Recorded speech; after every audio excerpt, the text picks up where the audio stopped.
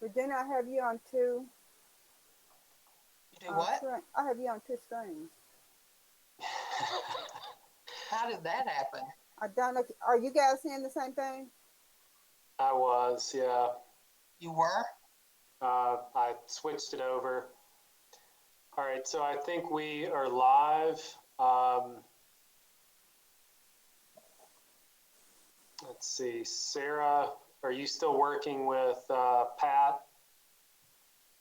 Okay, Sarah is still trying to help Pat. Mm-hmm. Regina, can you do a roll call for us? Sure. You're in here twice. That's why we're seeing you twice. Yeah. I don't know why.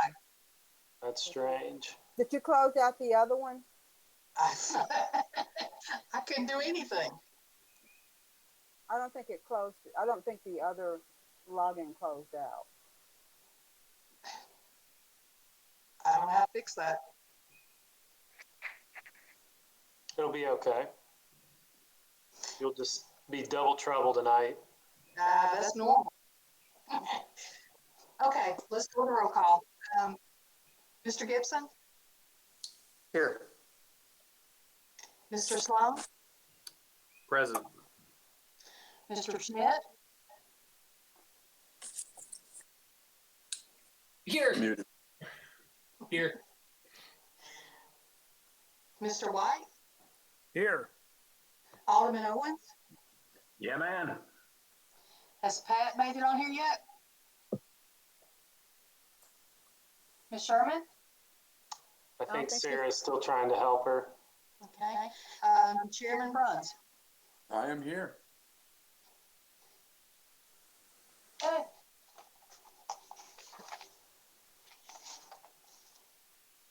Just for my sake, where Mr. Gibson is part of us, isn't he? Oh, yes. Yes. Is Kumar and Carney? Brian Carney. Yeah, we're missing Brian and Mr. Kumar. Niraj. Yep. Yes. Mm-hmm. So Brian was on just a moment ago, along with Doug Baker and there's Doug, I see, but also Mike from the village. I don't see him here either. I hadn't seen them come in. I did not see Mike log in. They were on just with me. Doug was on there too. I see Doug now, but it was just the four of us, and we could hear y'all talking, but we couldn't see anyone else. And then I logged out and went back in, and now I see all your pretty faces. Aw. Yes? Oh, you said all. Aw. Shucks.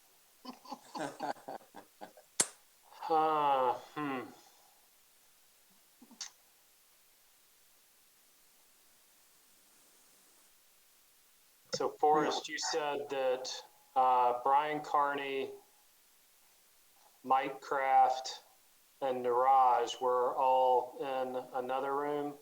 I did not see Niraj, but okay. Mike and Doug and myself and Brian were there, and I was going to email Brian and tell him to try to get back in. Cameron, they're all on the link. I just checked the other link. They're all on the other link. Okay. I don't okay.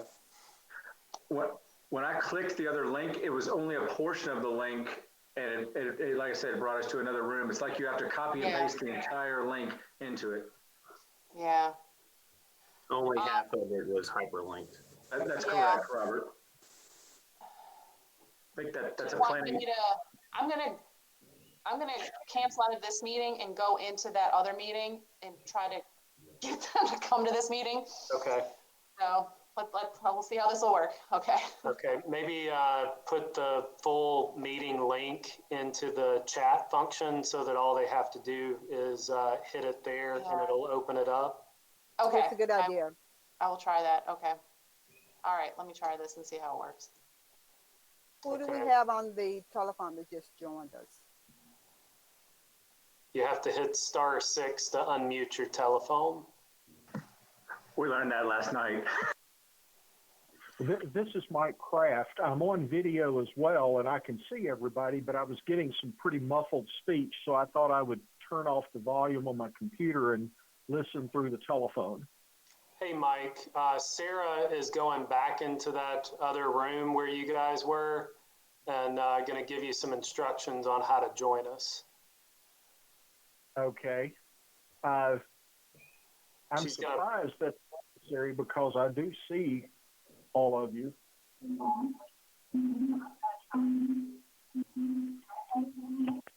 Also, Mr. Kraft, be careful when you're using both the phone and the video. There's feedback coming from one of those items. So when you're speaking on the video, it sounds like there's a lot of background noise to it.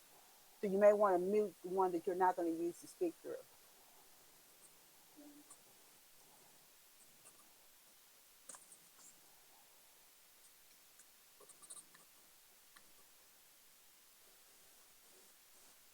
Thank you all for your patience on these technical issues.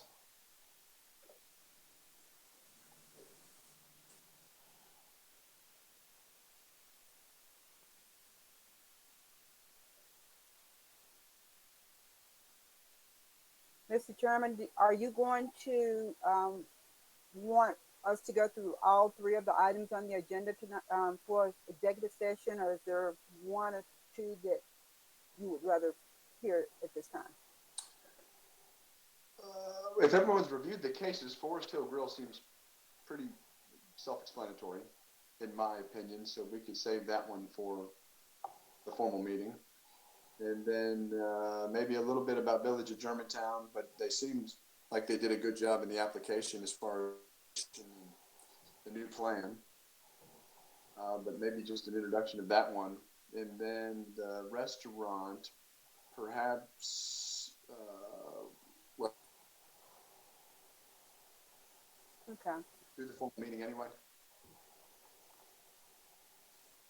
Okay, Cameron. So for the this executive session, that's what we will do. Give an overview of the villages and then talk about Lemmathon. Okay.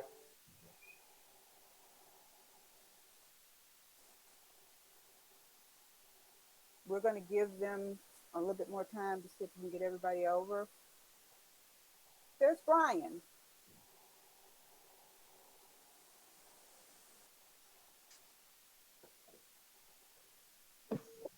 Brian Carney, there's Brian Carney. Yeah, okay.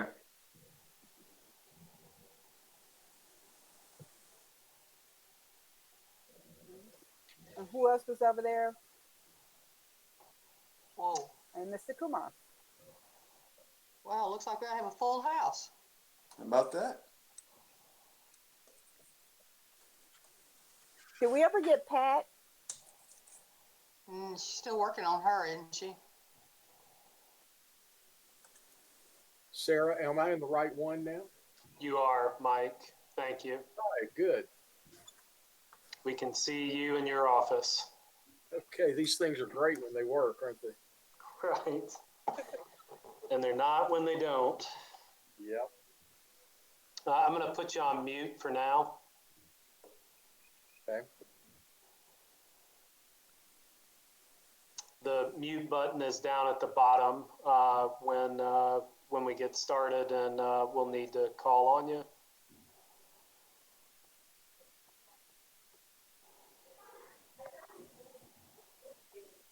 All right, so let's give Sarah another couple moments with Pat, but hopefully almost there.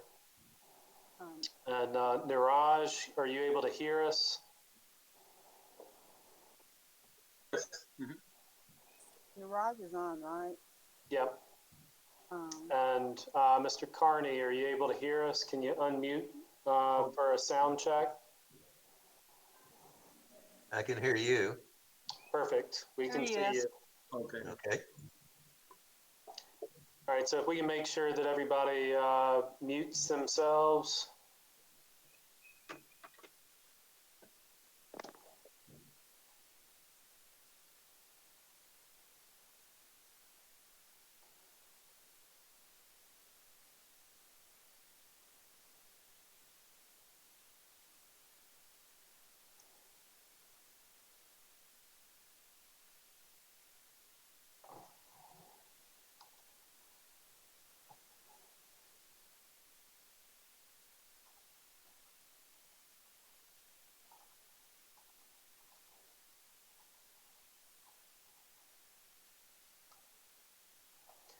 should follow my own advice. Sorry about that.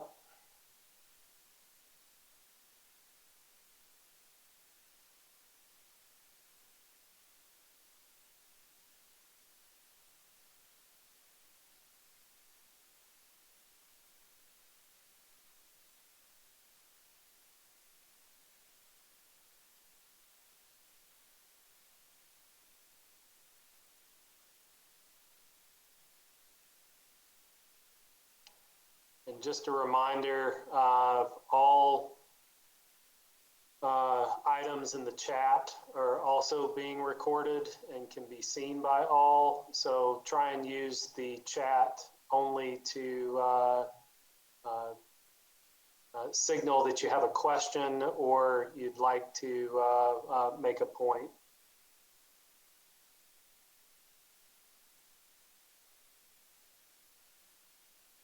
And Chairman Bruns will monitor the chat so that if you're in the middle of something, we can just let you know.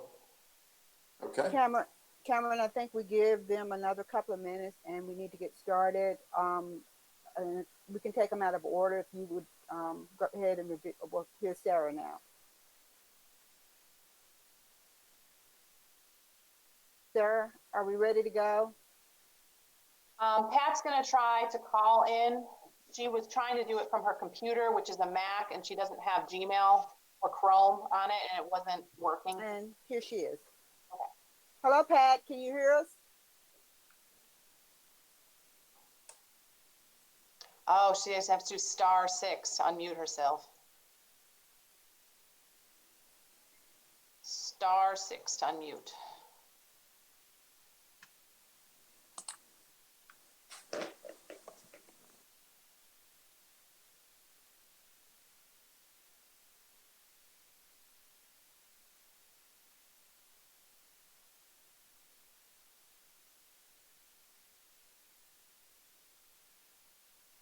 Is she still in here? I don't see her listed.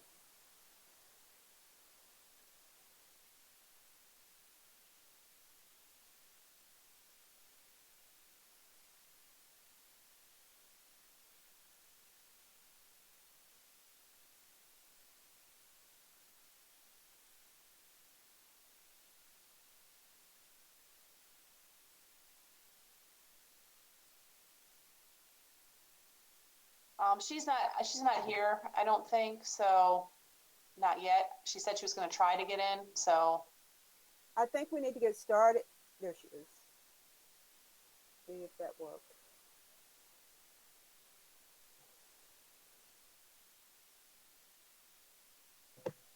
Hello, Pat. Can you hear us, Pat? *6 to unmute yourself, Pat. Okay. Okay. Yay! Yeah. Good. Good. 3 meetings in one day. Okay. Cameron is going to mute you again, and when you want to speak, please put something in the chat and the chairman will call on you. Then you can unmute and speak at that time. Let's go ahead and get started. Sarah, would you present the villages, just a quick overview of the application and the changes that they've made today? Okay, I'm not going to put any of the slides up unless there are questions, but if there are questions, then I can go to the slide. So we're talking about the second item first? Yes. The first item is, as the chairman said, is pretty self-explanatory. So we only have a limited amount of time. We're going to talk about the last 2 items. Okay. All right. So the village, they are requesting a parking expansion on the northern portion of the property and the southern portions of the property. 2 separate parking expansions with 67 parking spaces total. They have already received a variance from the Board of Zoning Appeals for the placement of the parking in the setback area and in the landscape buffer in the northern parking area. They also received final site plan approval from the Planning Commission for the 2 parking areas. Now they're coming before you for the revised final site plan and also the landscaping and tree mitigation.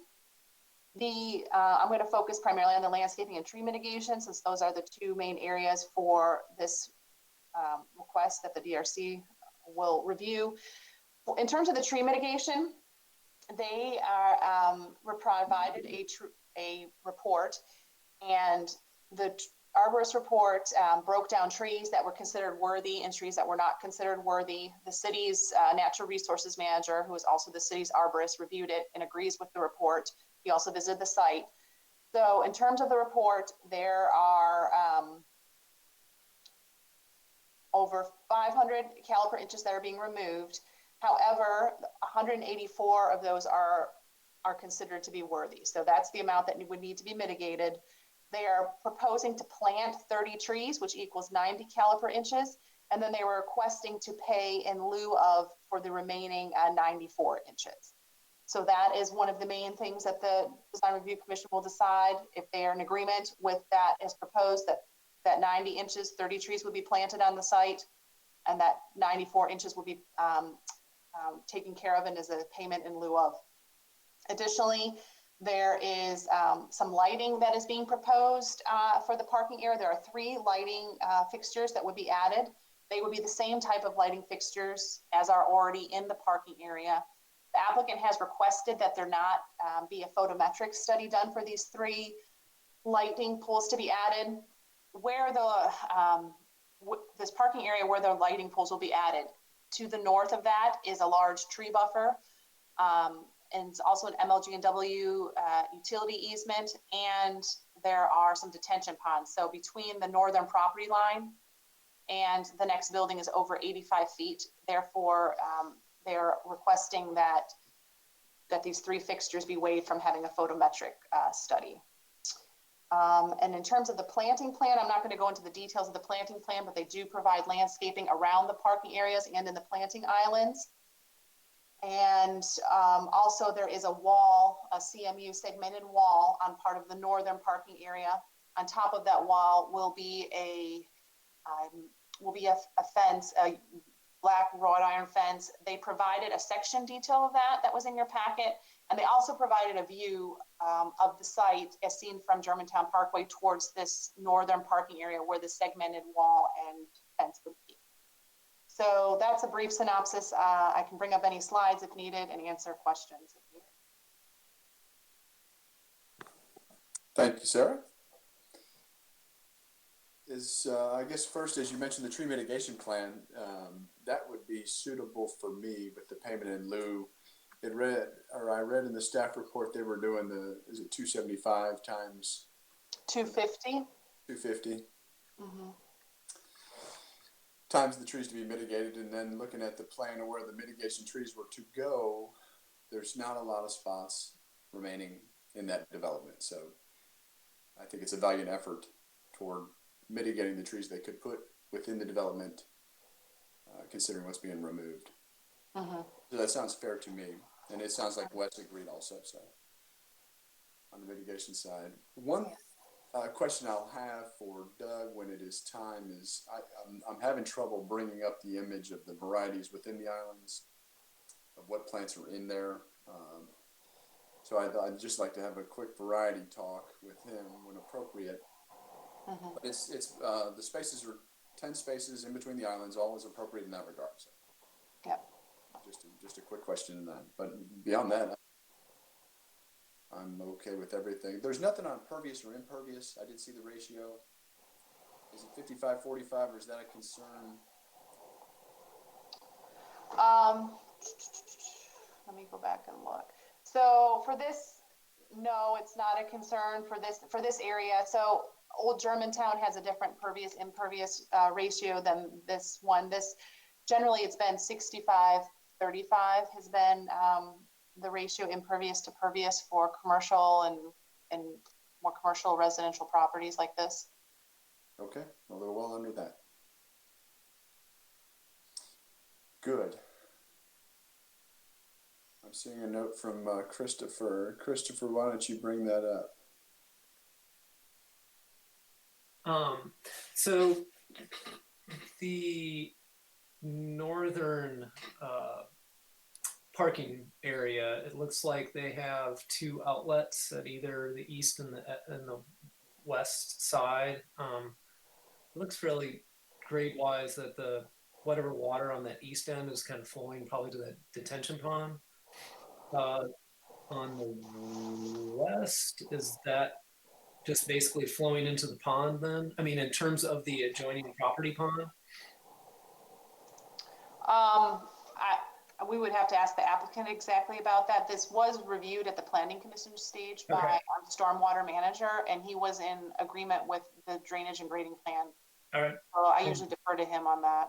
And then it was a little bit hard to tell in terms of, you know, they have a section through it. So in terms of the retaining wall, but they seem to have that bumper, the wood guardrail. It was hard to tell like how far that was extending back in the drawing. Okay, like it's on the whole thing, and it's being moored as, you know, partial guardrail and, you know, partial bumper for the drivers in there. Yeah, we can ask the applicant. I mean, it's not the prettiest thing. I mean, they're putting this nice wrought iron fence and then putting 4x4s, and I think it's like a 2x12 or 2x10, you know, screwed into it for a guardrail. Not that any guardrails are overly aesthetically pleasing. Yeah, we can ask those questions then at the main meeting. I think they had.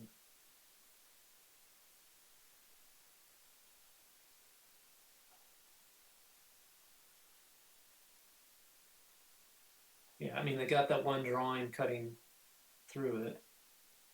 You know, 5-foot retaining wall. You know, almost 95 feet from the curb. That's all. Okay, thank you. Any other commission members have questions for Sarah before we hear it in the real show? All right. Thank you, Sarah.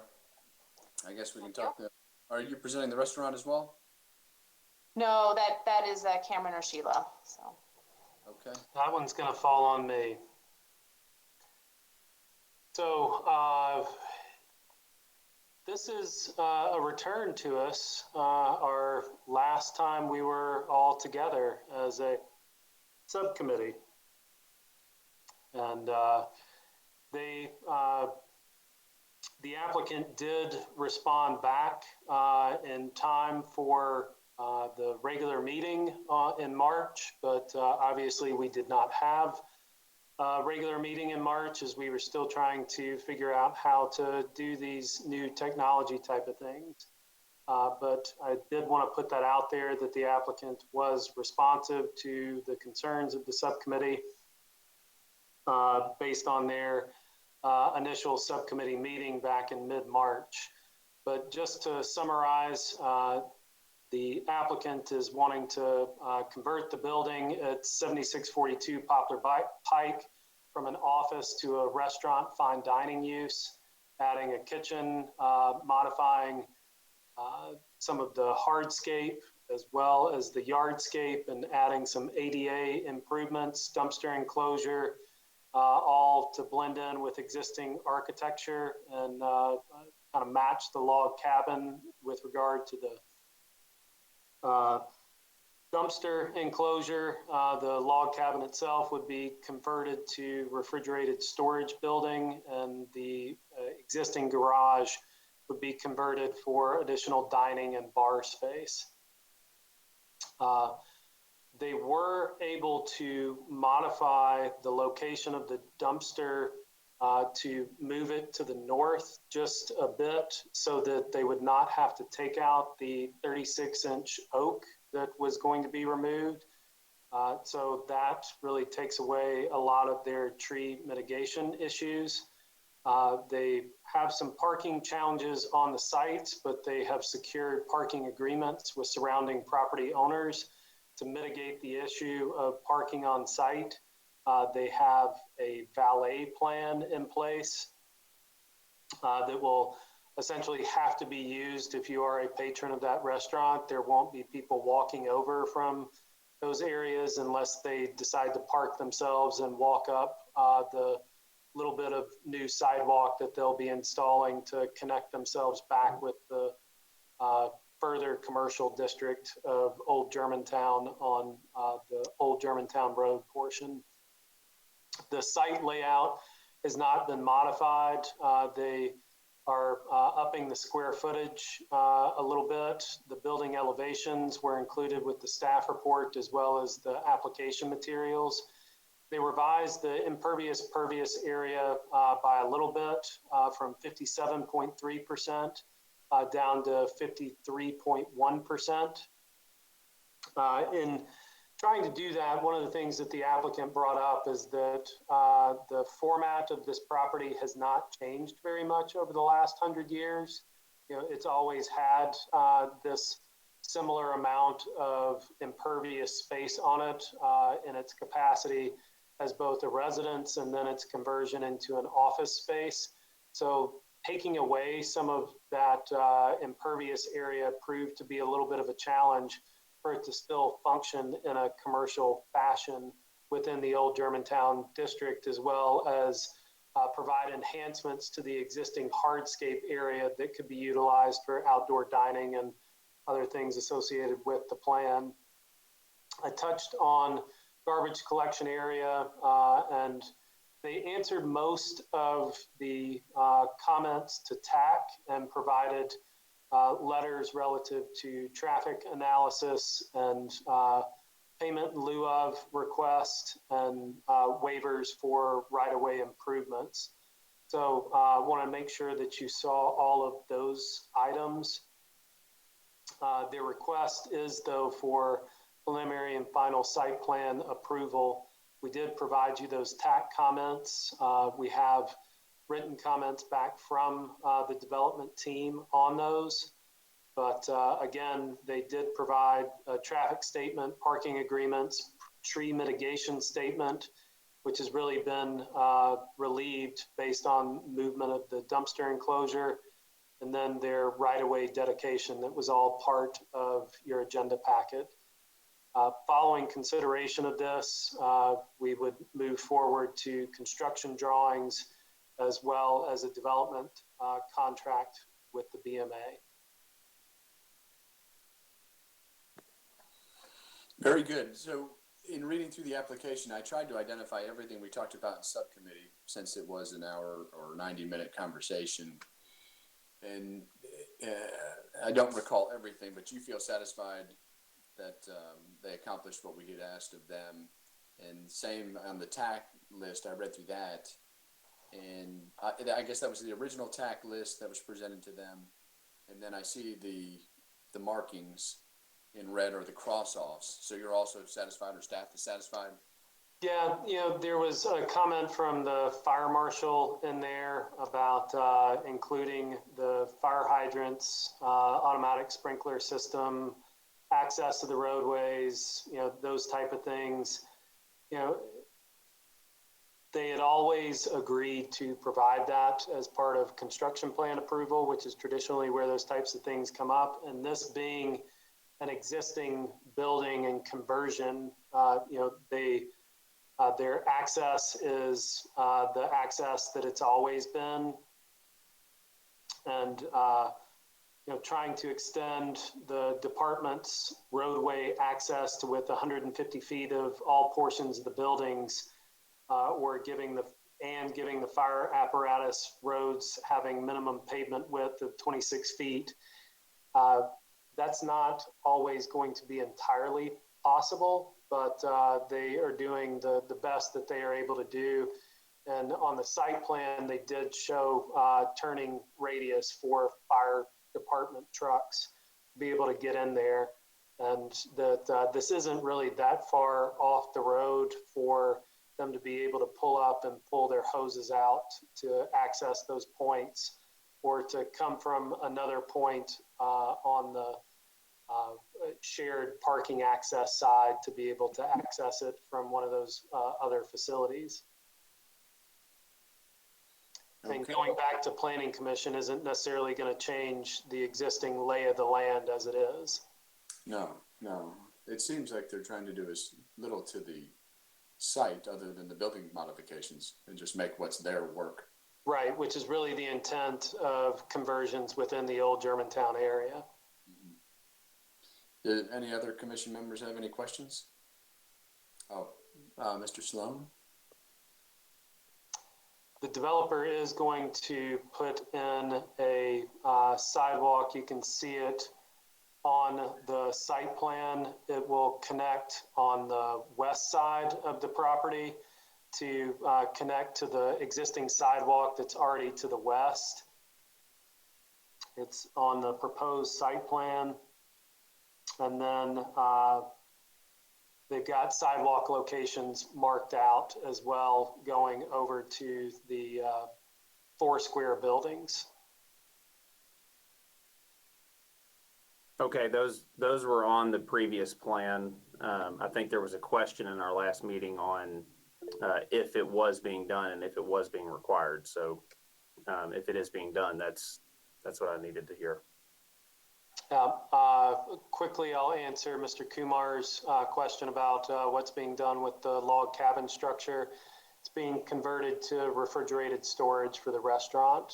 They'll be sliding in a refrigeration module into that area.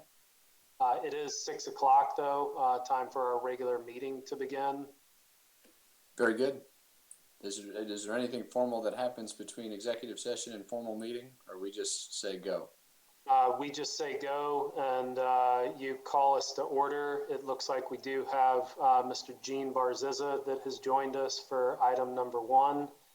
Gene, we'll pull you off of mute once it's your time to speak. If anybody's got any, are you able to hear us though? Give me a thumbs up if you can hear us.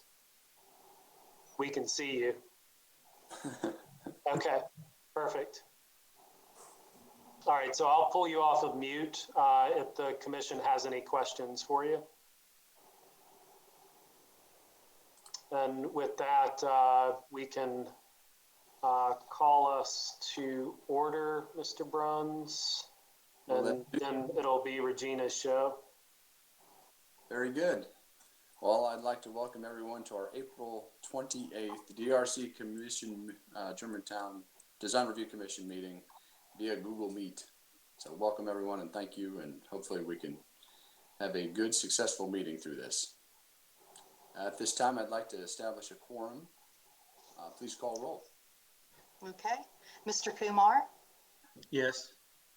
Mr. Gibson? Here. Mr. Sloan?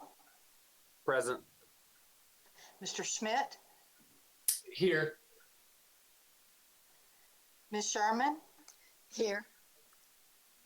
Mr. Carney? Here. Mr. Brian White? Here. Alderman Owens?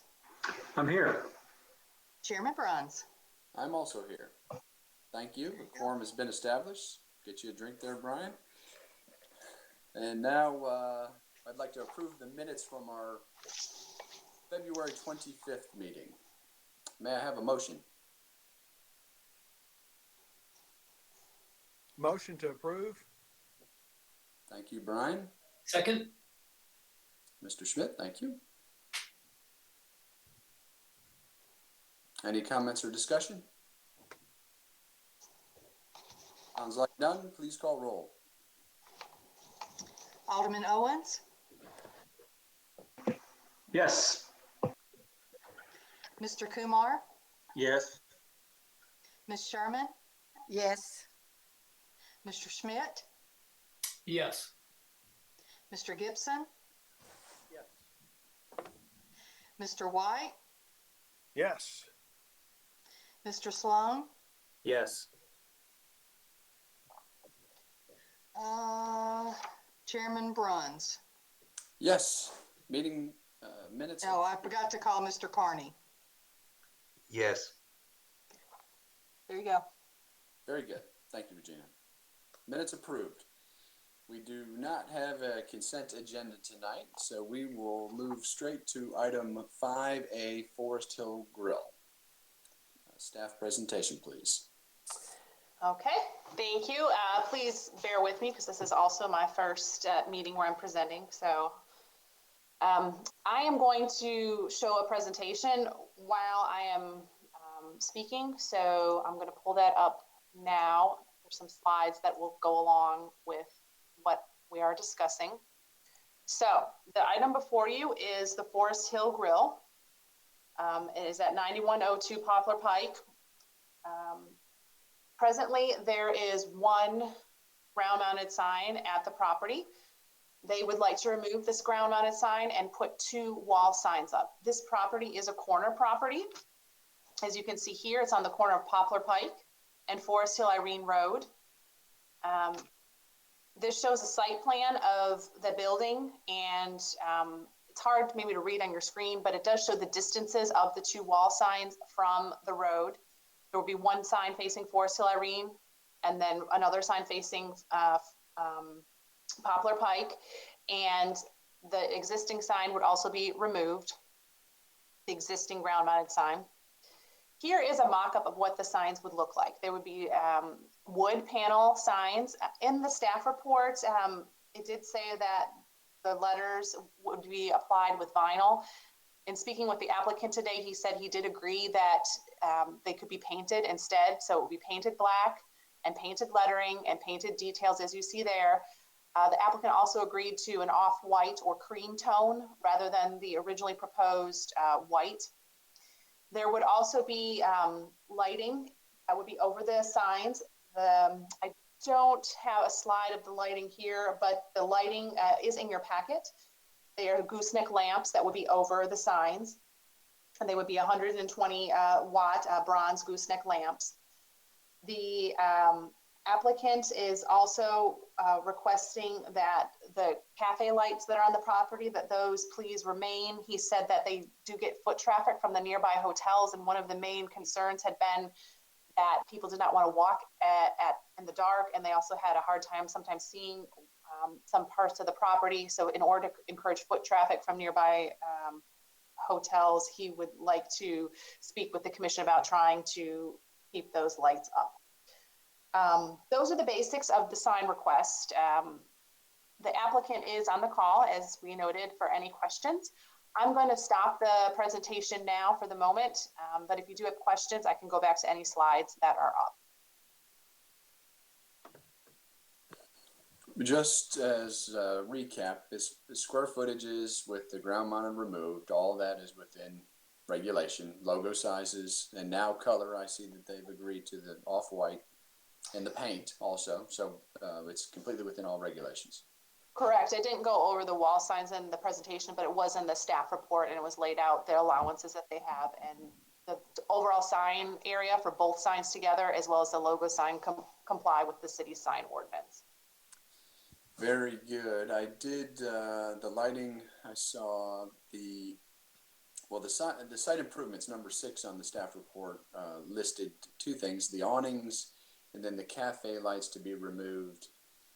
I'm not familiar with where the cafe lights are, but I do understand the idea of safety from patrons walking in. What was the concern from staff as far as having the cafe lights? Too much light? Well, any lighting usually needs to be approved by either administratively by staff, depending on the level of lighting, or by the design review commission. And those lights on the commercial building on the exterior had not been approved when they were put up. And Sarah, just to clarify, what we're calling cafe lights, are those the Christmas lights that are wrapped around the trees out front? We'll let Mr. Barzizza discuss the lighting more in detail. He knows the details of it better. So once we're finished, we can ask him. Well, is that what we're referring to, though? I think so. I think there might be some additional lighting up, though. But let's ask him once we get on the call.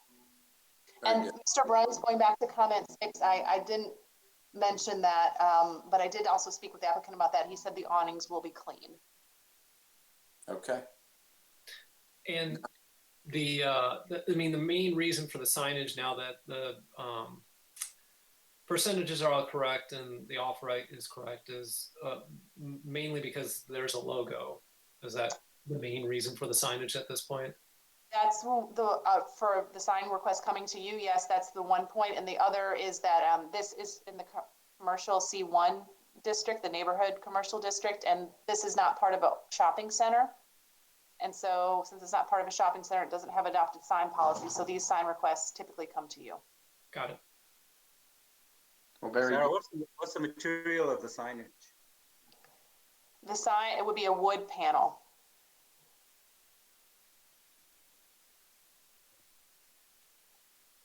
Should we hear from the applicant now? That would be okay. Yep. Cameron, would you like to unmute Mr. Barziza?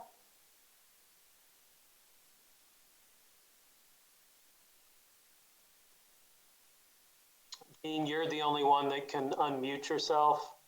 I apologize. It's down at the bottom of the screen. A little bar should come up. How's that? Got it. Thank you, Gene. Thank you for joining us tonight. Thank you for having me in. This is really working out well for you guys. So far, so good. Let's hope we can keep it up. Did you have anything you wanted to present to us? Really and truly, we've heard the sign, or as you've listened in, we've heard the sign. Everything seems appropriate with the sign, and you've changed the color and the paint. So I guess the cafe lights and the awnings were really the only thing we wanted a little more clarification on. Right. The cafe lights were put up originally as Christmas decoration, and neighbors, our foot traffic, those that come in from the west, as well as the hotel folks, the regular hotel customers, commented that it provided a lot of additional lighting for them, and it made them feel a little safer. And so we just kept them up. If it's possible, we'd like to submit them as being a permanent fixture on the property. We can take them down if we're breaking any rules. Naturally, we're not here to break rules. We're here to try to get some visibility for the restaurant. The past year and a half with the construction hasn't been very good to us. And now with the COVID-19 thing, you know, everybody's having their day. So, yes.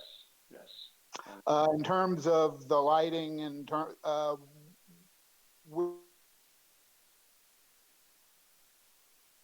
it's going to order.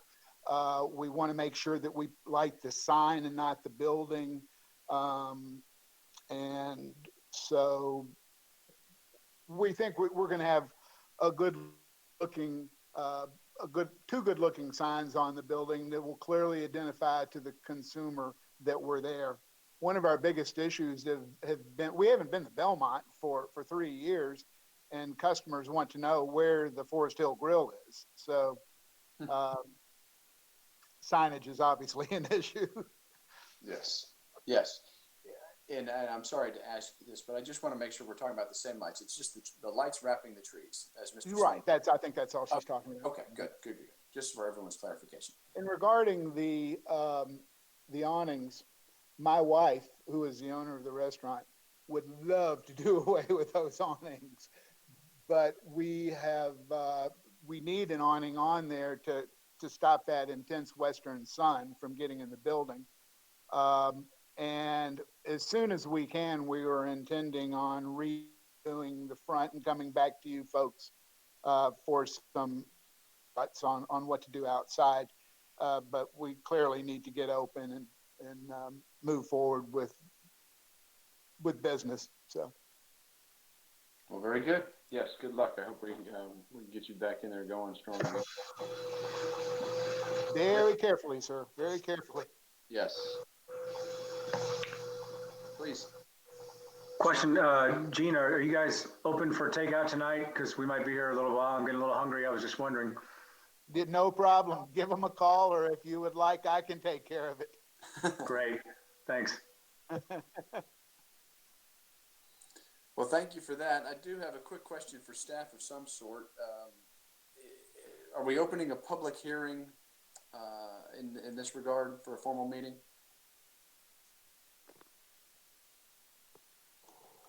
Oops. We had comments in term. Oh, Cameron, I'll let you answer this. No, go ahead. You posted the comments, so we conducted the public hearing in the same way that the BMA did last night for the citizens to be heard. Governor's executive orders allow the substitution of public hearings during this time. And we still wanted to be able to take comment. So we sent out email notification, or the ability to email in. Staff received those emails and put those into folders on the online agenda packet for comments for each item. Okay, and it looks like we didn't receive any for this particular item. Is that correct? That is correct. Okay. So I suppose then for formality, do we open and then close the public hearing with no comments?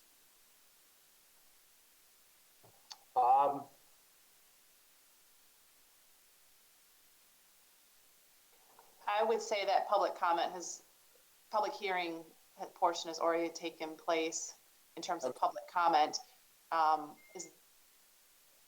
This, I think, would be the time, though, that if there's more deliberation from the commissioners, then this could take place. And then if you can close the public hearing in terms of the deliberation between the commissioners. Okay, okay. Cameron, sorry, I was on mute when you asked me. But what Sarah said is correct, I think. I'm learning that every day. Thank you. So now it would be time to pardon me. So it would be time to entertain a motion, correct? Yes. Okay. I will entertain a motion. All right. Motion to vote on item. I'm scrolling. Sorry. Motion to vote on agenda number item 5A. Forest Hill Grill. Thank you. Is there a second? Second. Very good, Mr. Carney. All right, now discussion from our commissioners. Does anyone have anything they'd like to share? So I had previously brought up the question about the lights there around the trees. As part of this application, I would like to see something done there in a more, call it professional manner, whether it's uplighting for the trees or some form of permanent cafe lighting as it's being described in this application.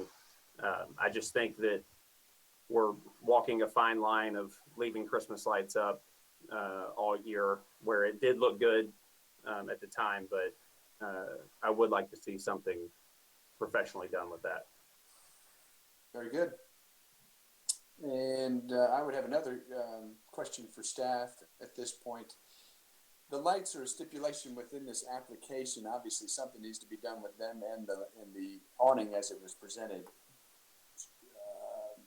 Lighting of any sort would have to come before us in a different application. Is that correct? Usually lighting does have to come before the design review commission.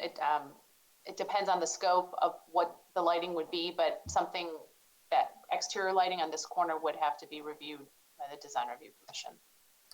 Mr. Chairman. Okay, so for it, yes. Mr. Chairman, I would add to that, because it's brought up as part of this application, it depends on the board's feeling whether you think that what they have is appropriate or whether you would like to see something different. If you're going to ask them to do something different, then it would not be something as part of the scope of this approval. You would ask them to come back with something different. Or you could ask them to submit something to staff for administrative review with the determination that if it doesn't meet the expectation that Mr. Sloan laid out, that it would come to you instead of administrative review. We would bring it forward to you. Okay. Okay. I just want to make sure as we all vote either for or against this, the lighting issue would be resolved in some regard in our conversation with the applicant tonight. And then he can decide how he wants to move forward with that, with our discussion. And I think you need to give him very clear instructions on what you would like to have him bring back, whether it's landscape lighting, uplighting, or whatever that may be. Okay, thank you. I do I agree with Mr. Sloan. I think some landscape lighting, uplighting would be more appropriate than the holiday lights as they are. Does anyone else have any comments on the lighting? Specifically, I suppose, or for the sign? We can do them independently or together if anyone would like to speak up.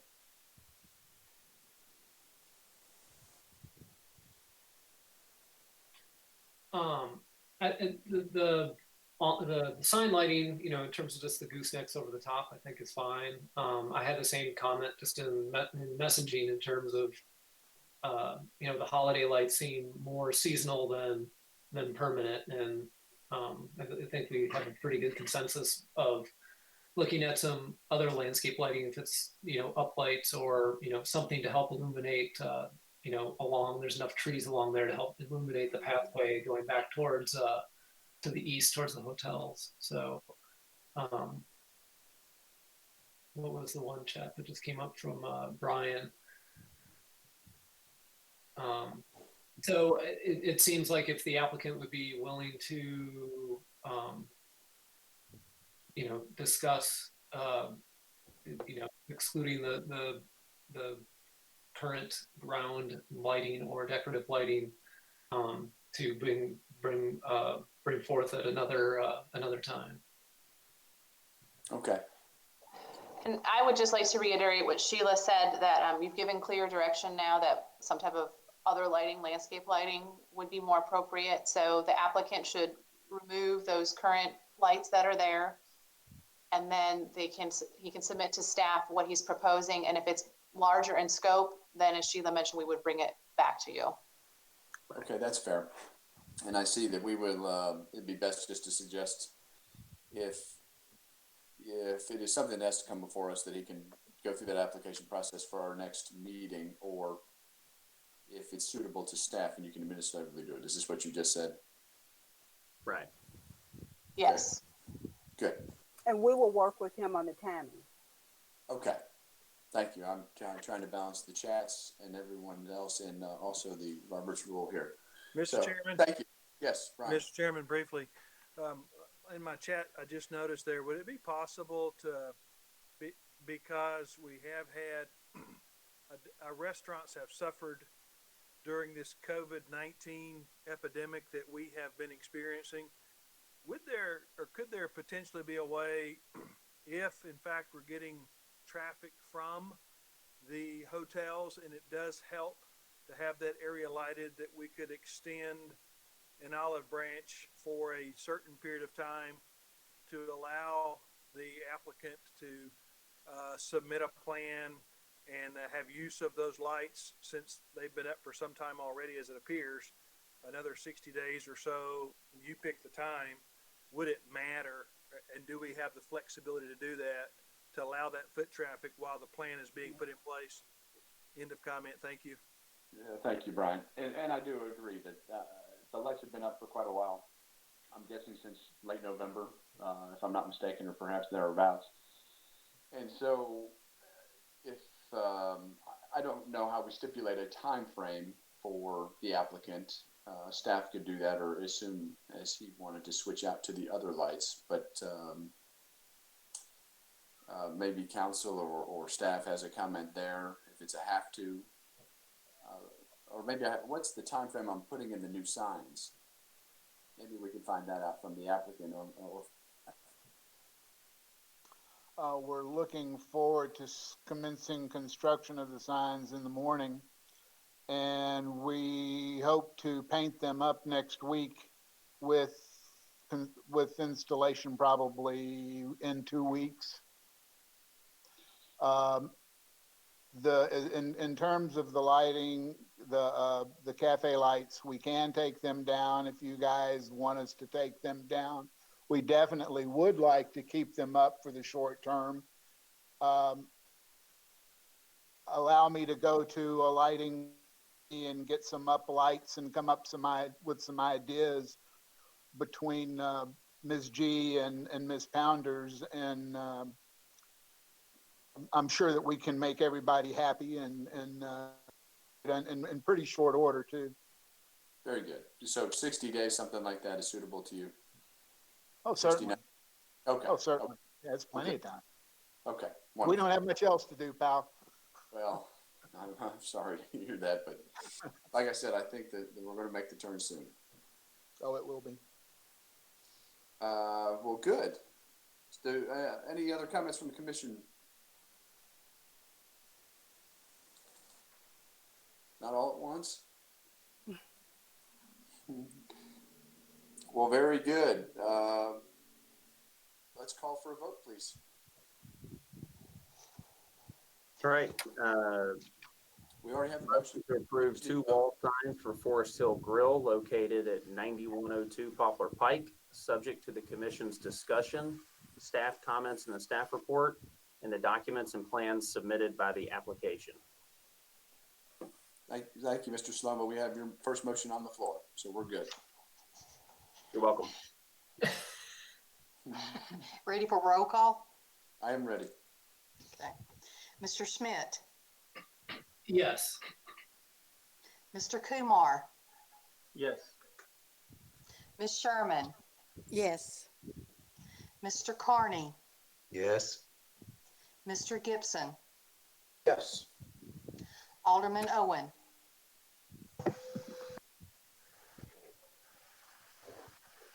Sir? My vote is yes. Okay. Mr. Sloan? Yes. Mr. White? Yes. And Chairman Bruns? Yes. Mr. Barzizza, you have your approval. Thank you very much, everyone, and we look forward to making you proud. Everybody be safe. Thank you. You too, sir. You too. Thank you. Very good. How about agenda number 2? Agenda item number 2, which will be 5B. Okay. Sarah. Thank you. Hey, Sarah, Yes, I just need to jump in for 1 second. I apologize, y'all.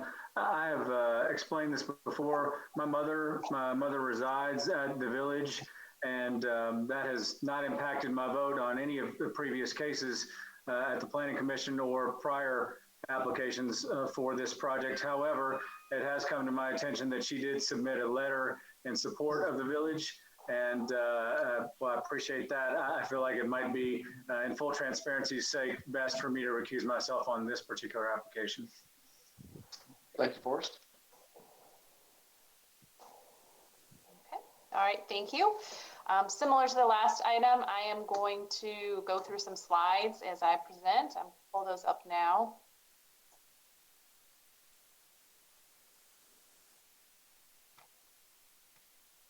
Okay, the next request before you is from the Village at Germantown Retirement Community, located on Germantown Road, north of Neshoba. The request is for 2 parking expansions. You can see in this aerial photo, they have highlighted the 2 areas of the parking expansions in the northern portion of the site, bordering the Retreat Apartments property, and to the south, bordering the Thornwood property. This proposal has been reviewed by both the Board of Zoning Appeals and the Planning Commission. The Board of Zoning Appeals granted a variance to allow the northern parking expansion to encroach into both the 25-foot landscape buffer and the 50-foot side yard setback, as well as for it to the southern parking area to encroach into the 50-foot side yard setback. The Planning Commission has also reviewed this site plan before you. The 2 expansions total 67 additional parking spaces, And the Planning Commission did approve the site plan as presented in your packet. Before you are these two parking areas. As you see here, these are this is the landscape plan. The landscape plan and tree mitigation are part of this request. There will also be a segmented brick wall along the northern portion of the parking expansion with a black wrought iron fence on top of the segmented wall. I'm going to skip down here to this slide. This shows you that northern parking area. So there's the segmented wall, and then there's a view from Germantown Road. And at the bottom of this slide, you can see the view from Germantown Road looking back towards the segmented wall, and then the wrought iron fence on top of it. This would be the view that you would see from Germantown Parkway. There are some evergreens there, so it would still be masked somewhat from the street view. I'm going to go back to the tree mitigation. This is the tree mitigation that is being proposed by the applicant. There are a total of 184 caliper inches of trees considered worthy of replacement that are being removed. The applicant did submit an arborist report. The city's natural resources manager, who is also the city's arborist, reviewed the report and also went on site and agrees with their recommendation. The recommendation would be to replace 90 inches. That would equal 33 caliper inch trees. As you can see on this plan, it highlights where some of those trees would go. And then for the other 94 inches that need to be mitigated, they are requesting a payment in lieu of tree mitigation fee in the amount of $250 per tree. That amount was agreed upon by the Parks and Rec and Public Works departments. As you can see here, this shows some of the materials in a little bit more detail that will be part of the parking expansion. This is the segmented wall that we discussed, and then the wrought iron fence that will be on top of the segmented wall. On the northern parking area, they are also adding 3 lights that will match the existing light fixtures in the parking areas. You see those here. The applicant is requesting that they do not have to provide a photometric plan as part of those 3 fixtures that are being added. I'm going to go back to the aerial to show you the justification for that. As you see here, the northern parking area, there is a significant buffer before the apartments begin over to the north. There is an MLG&W transmission, MLG&W easement along there, as well as detention ponds. So there is significant buffer before any buildings would, that there would not be any spillover from the lights to any buildings. The applicant is also providing a landscape plan that we went over briefly that goes over the landscaping in the islands here. I'm not going to go over the tree material, but if there tree and plant material, but if there are questions, the applicant's landscape architect is here for those questions. If the Design Review Commission approves this project, they can submit their construction drawings to the engineering division, and then a development contract will go to the Board of Mayor and Aldermen for final approval. And as mentioned, the project landscape architect is here, and also the CEO of the Village of Germantown is here as the project representative as well. That concludes staff's presentation. Thank you, Sarah. Very good. May I ask for a presentation from the applicant? I believe Mr. Baker or Mr. Kraft are with us. Okay, I will speak for just a minute and let Doug Baker handle the harder parts. We are very excited that we've gotten this far in the project. This is a much needed change at the village and will help for the safety of the residents and the employees, as well as the general operations of the village. One thing we have stuck with all along in this is that we have not done anything for a matter of saving money. We want probably more than you do for our community to keep the same standard of appearance that it has now. the materials used in the construction, there won't be a lot. It's just a little surface lot, but the light fixtures and all are virtually identical, as close as we can get to what's existing there now. The wrought iron fence is coming back. It's there now, but we're just going to reposition it. We are looking at putting the timber, the strip of timber along the lot. It took me a while to sign off on that, but our engineers strongly recommended it just as a matter of safety, because the people parking there would head up straight to the retaining wall, and it's a pretty good drop if they were to accidentally crash through the fence and go over the hill. So as a result, we are going to put that. Other than that, really aesthetically, it's virtually identical to what's there now. The retaining wall itself is not going to be easily seen by anyone if looking at the wall, because it's a long way between the wall and the apartment buildings, and no one ever comes down in the roughage area or around the retaining pond. So it won't really be visible to anybody, but at the same time, we're using very attractive materials, just as though it was facing a public area. So, the tree mitigation, we are pretty built out and developed on the properties. We're running out of places to put trees, but we worked very hard to put as many as we could. We liked the landscaped look of the community.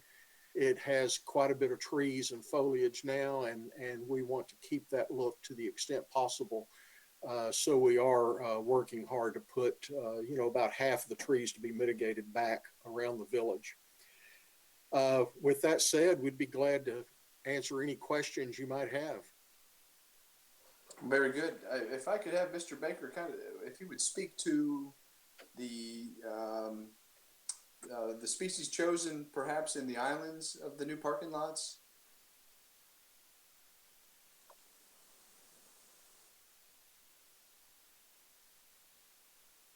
We lose Doug? Can you hear me? There, we got you. Thank you. Yeah, try to mostly use, since there are already maple trees in the north parking lot island, in those islands, we're expanding those islands out to accommodate the new parking spaces. Decided just to, balance the back part of it out with a smaller kind of accent tree. There's, of course, using the shrubs and then a ground cover to further fill up the island. So consistent with the rest of the development. Yeah, I was going to add some. These are probably different materials. They do have some red buds on site. Just decided to add a little bit more variety. Very good.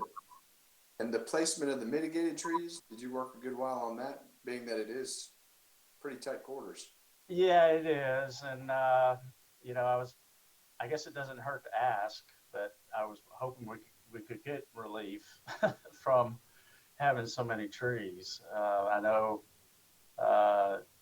financially it does add a lot more money to the budget of the project, but we're going to try to work them in the best way we can. But if we can get relief from that, from the owner, that'd be great. I guess it doesn't hurt to ask. But some of those, tree locations are going to be where we're going to think we're going to put them. They might change a little bit. We might decide that there's another place we can better position some of those trees.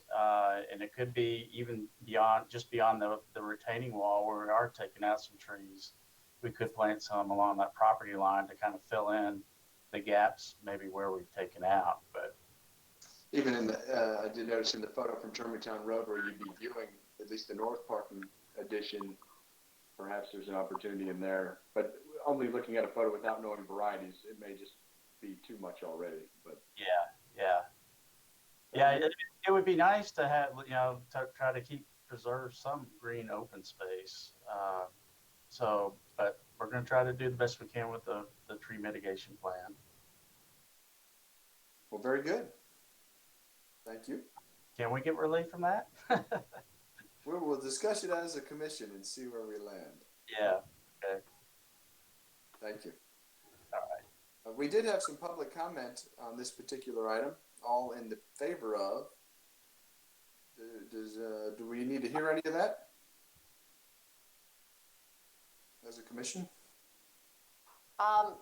Chairman Bruns, my recommendation would be if anyone is interested, those have been posted for public viewing on the link with the agenda packet, and anyone from the public can go and view those comments. But as you mentioned, the sentiment overall was, yes, we are in favor of the project. Yes. Well, very good. And well, now we will entertain a motion for this item. You want me to do it the correct way this time? However you like, sir. All right. Motion to approve a revised final site plan, parking expansion that includes landscaping, lighting, and tree mitigation plans, and a payment in lieu of mitigation fee in the amount of $7,750 for the village at Germantown, located at 7820 Walking Horse Circle, subject to the commission's discussion, staff comments, and the staff report, and the documents and plans submitted with the application. Wonderful. Second. Thank you, Mr. Schmidt. Very good. So, as commissioners, let's discuss. Did anyone have any technical questions, I suppose, concerning? I have one technical question, I think, regarding the payment in lieu of tree mitigation. Just for the record, where is that money held, or where does that money go specifically? It is a separate fund that's set up under the general fund. It's earmarked is payment in lieu of for tree mitigation, and then the Parks Department is the one that manages it. They look to where those funds can be put for public lands. Ideally, they look in that general area of where the project is first, if there's a need, and then they move beyond that if there's not an immediate need near the project. Okay. If I'm not mistaken, median trees would be funded by this, and perhaps the Arboretum that is currently going for level 2.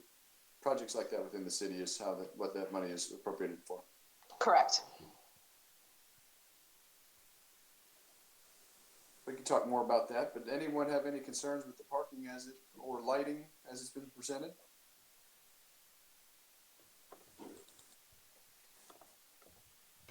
Very good. Hey,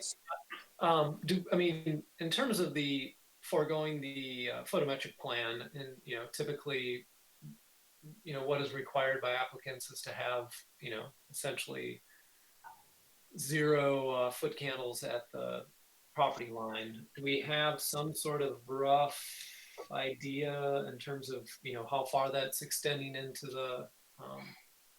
the adjacent property? Can either of Mr. Kraft or Mr. Baker answer that? I can't give you the technical answer in terms of the exact footage. Maybe Doug can. I can tell you, though, that the space just to the north of our property line, it's a very rough area with a lot more trees and other roughage down there. And then there's also the retaining ponds. And there is just no way that any glare from those lights would come near reaching any space where anyone would be. Doug, are you able to give a little more technical answer than I just gave?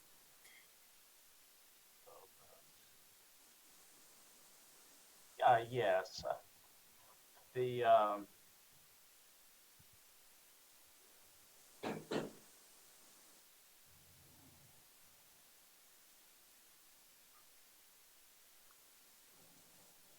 Doug, you're on mute. We can't hear you. Hear me now? Yes. Yeah, like Mr. Kraft said, you know, that area is just super thick with trees, large trees, and thick underneath with understory growth. So I can't imagine the light penetrating back there. And so I wouldn't think we'd have a problem with that. Just a couple lights.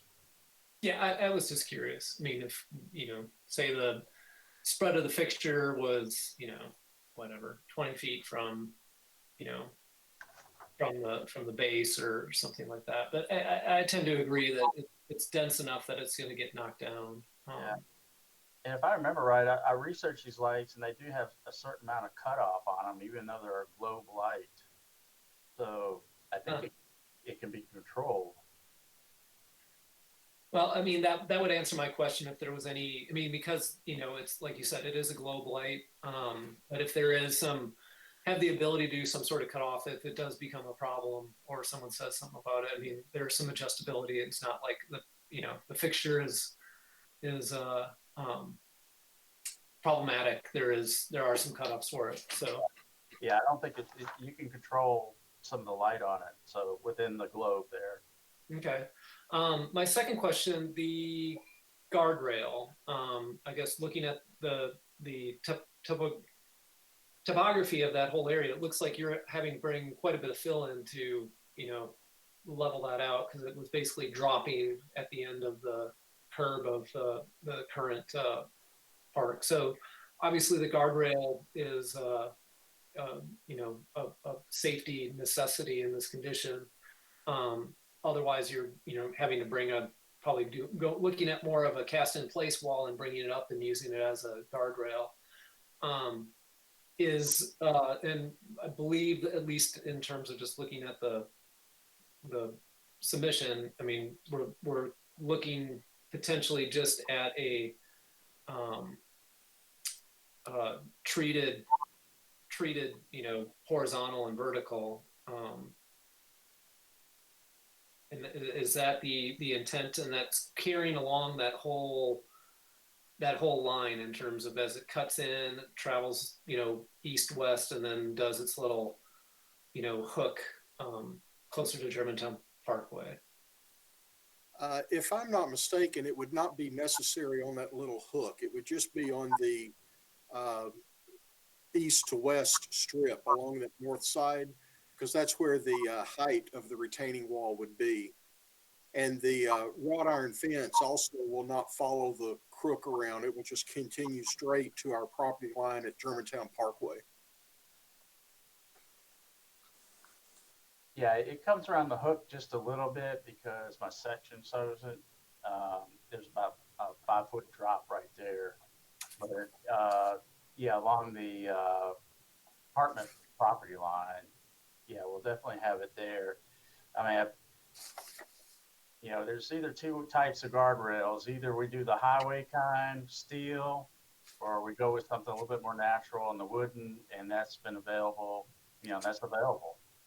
And, you know, there's been talk, I know Mike, you know, they can do some staining on it.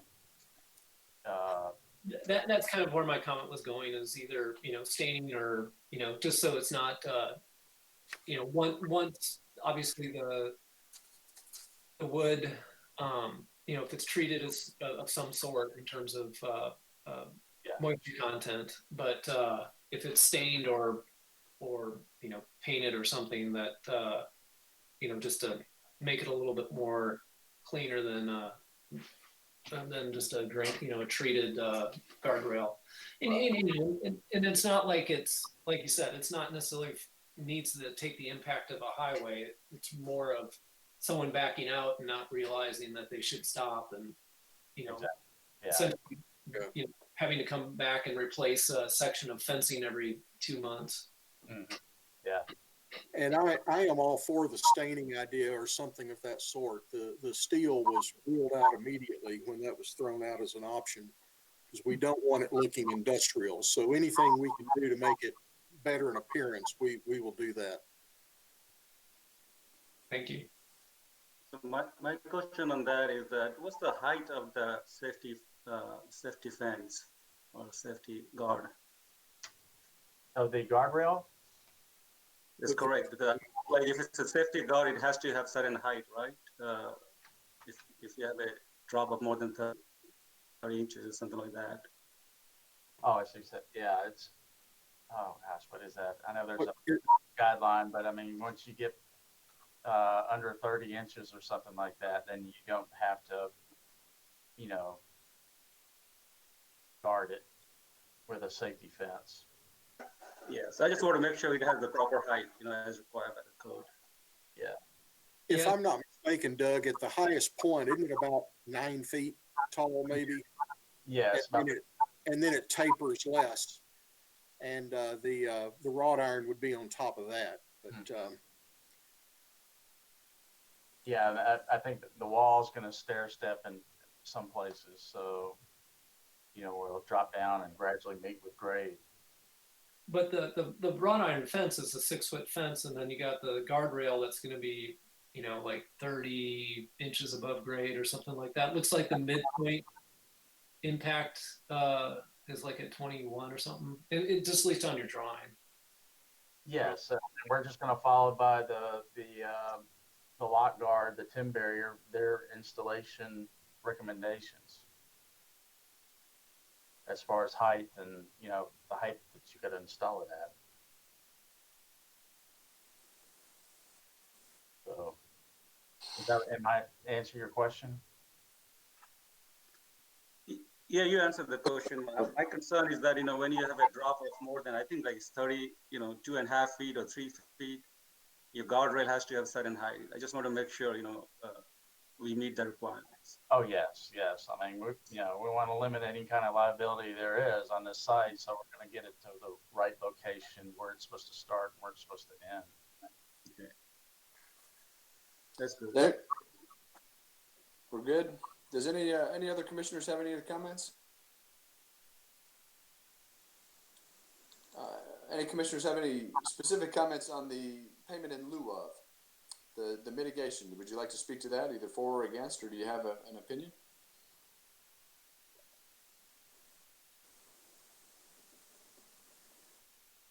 Everyone's talkative. I mean, I know we talked about this before. I mean, we do have some projects that we've pointed out in the past in terms of median improvements and stuff like that. So, I know that they're going to work Great Lakes to, replace some of the trees on the existing property, but at the same point, this has been set up to, instead of constantly waiving it, that we now have a mechanism to make some improvements within Germantown in terms of a fund to provide that. So I think I'm kind of in favor of, it's not a huge amount, but still providing those funds to make some tree and median improvements within the city. And I will concur with you on that, because serving on this commission for this long, and how many improvements have been made to other facilities in a similar scenario where they are out of land, they're out of places to put trees, and all we were doing was removing with zero benefit to either the city or the environment. And I think that's why this ordinance is in place. So I'm for it in this particular case. But Doug, you're right. It does not hurt to ask, and not everyone's voiced or voted. So we'll see where this goes. How about half?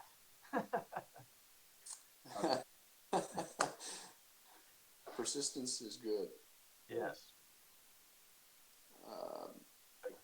I am for the full amount in this particular case, in the scope of this project. But I would encourage other commission members to speak up now, should you feel differently, or the same.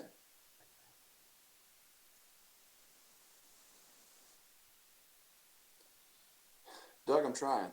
Nobody's talking. I got you. Well, at this time, I'd like to call for a vote. Okay, Mr. White, Yes. Mr. Sloan, Yes. Mr. Gibson, Yes. Mr. Gibson. Yes. Thank you. Mr. Carney, Yes. Ms. Sherman, Yes. Mr. Kumar, Yes. Mr. Schmidt, Yes. Chairman Bruns. Yes. You, Mr. Kraft and Mr. Baker, you have your approval. So we wish you luck in additional parking on that beautiful place. Well, thank you. Thank you for the approval, and be assured that it will look just as good as it does today. I'm very comfortable with that. Thank you. Thank you all.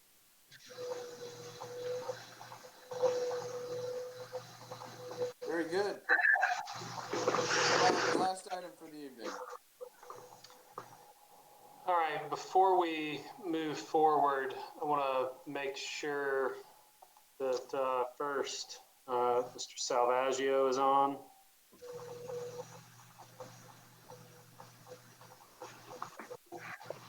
And if there's anyone from the La Maison team that's on the phone calls, it looks like we got 3 phone numbers in. *6 unmute you.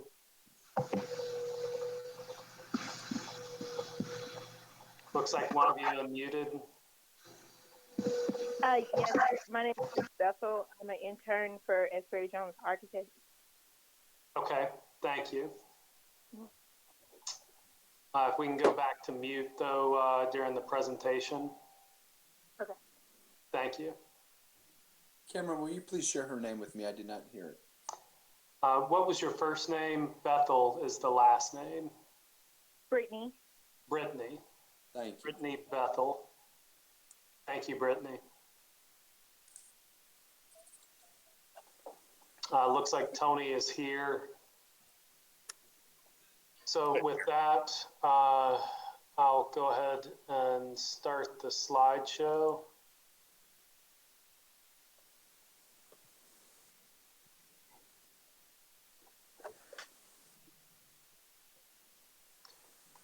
So the item in front of you is 5C, is Maison Blanc at 7642 Poplar Pike. The request is for approval of a preliminary and final site plan in the Old Germantown zoning district.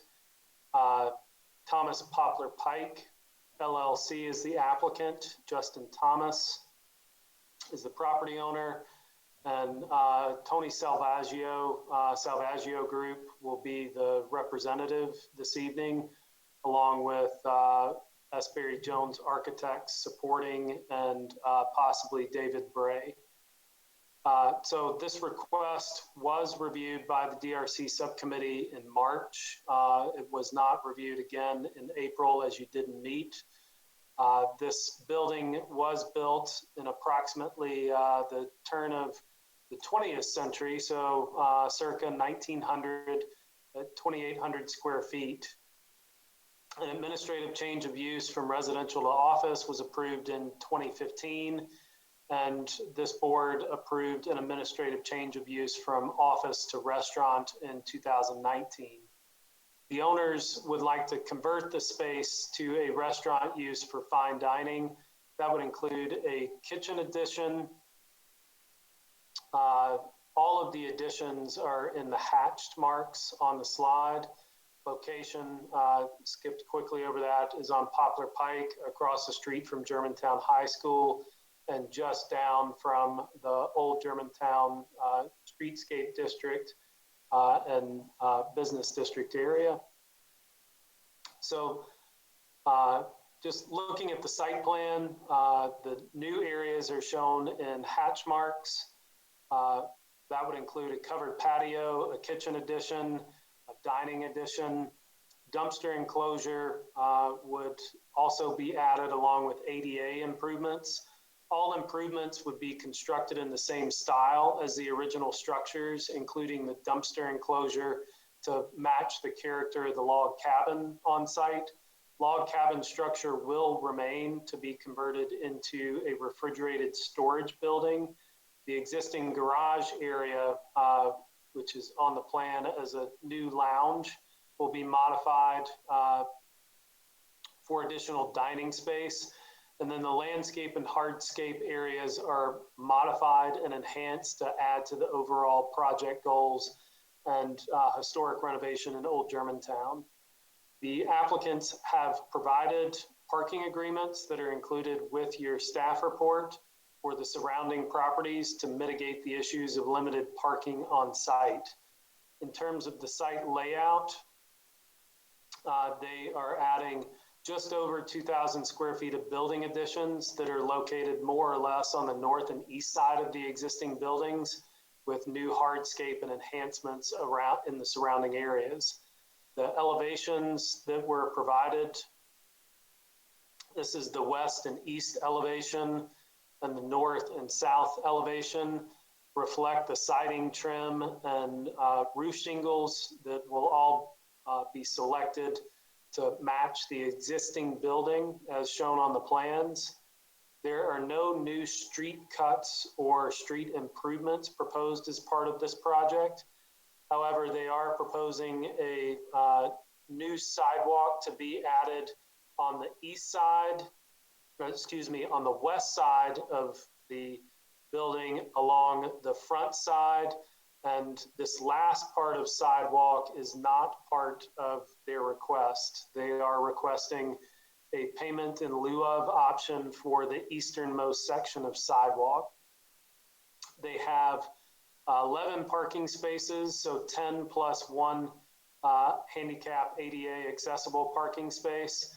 The office condos to the east provide an additional 19 parking spaces, and Holland Photography will provide 45 parking spaces. Those parking agreements, as stated previously, have been included. The applicant has provided an electric plan, photometric plan, and cut sheets that were part of the agenda packet.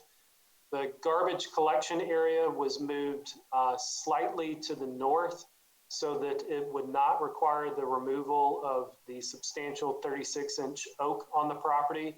The enclosure doors are going to facilitate, face west to facilitate movement as indicated by the delivery trucks that are on the proposed site plan.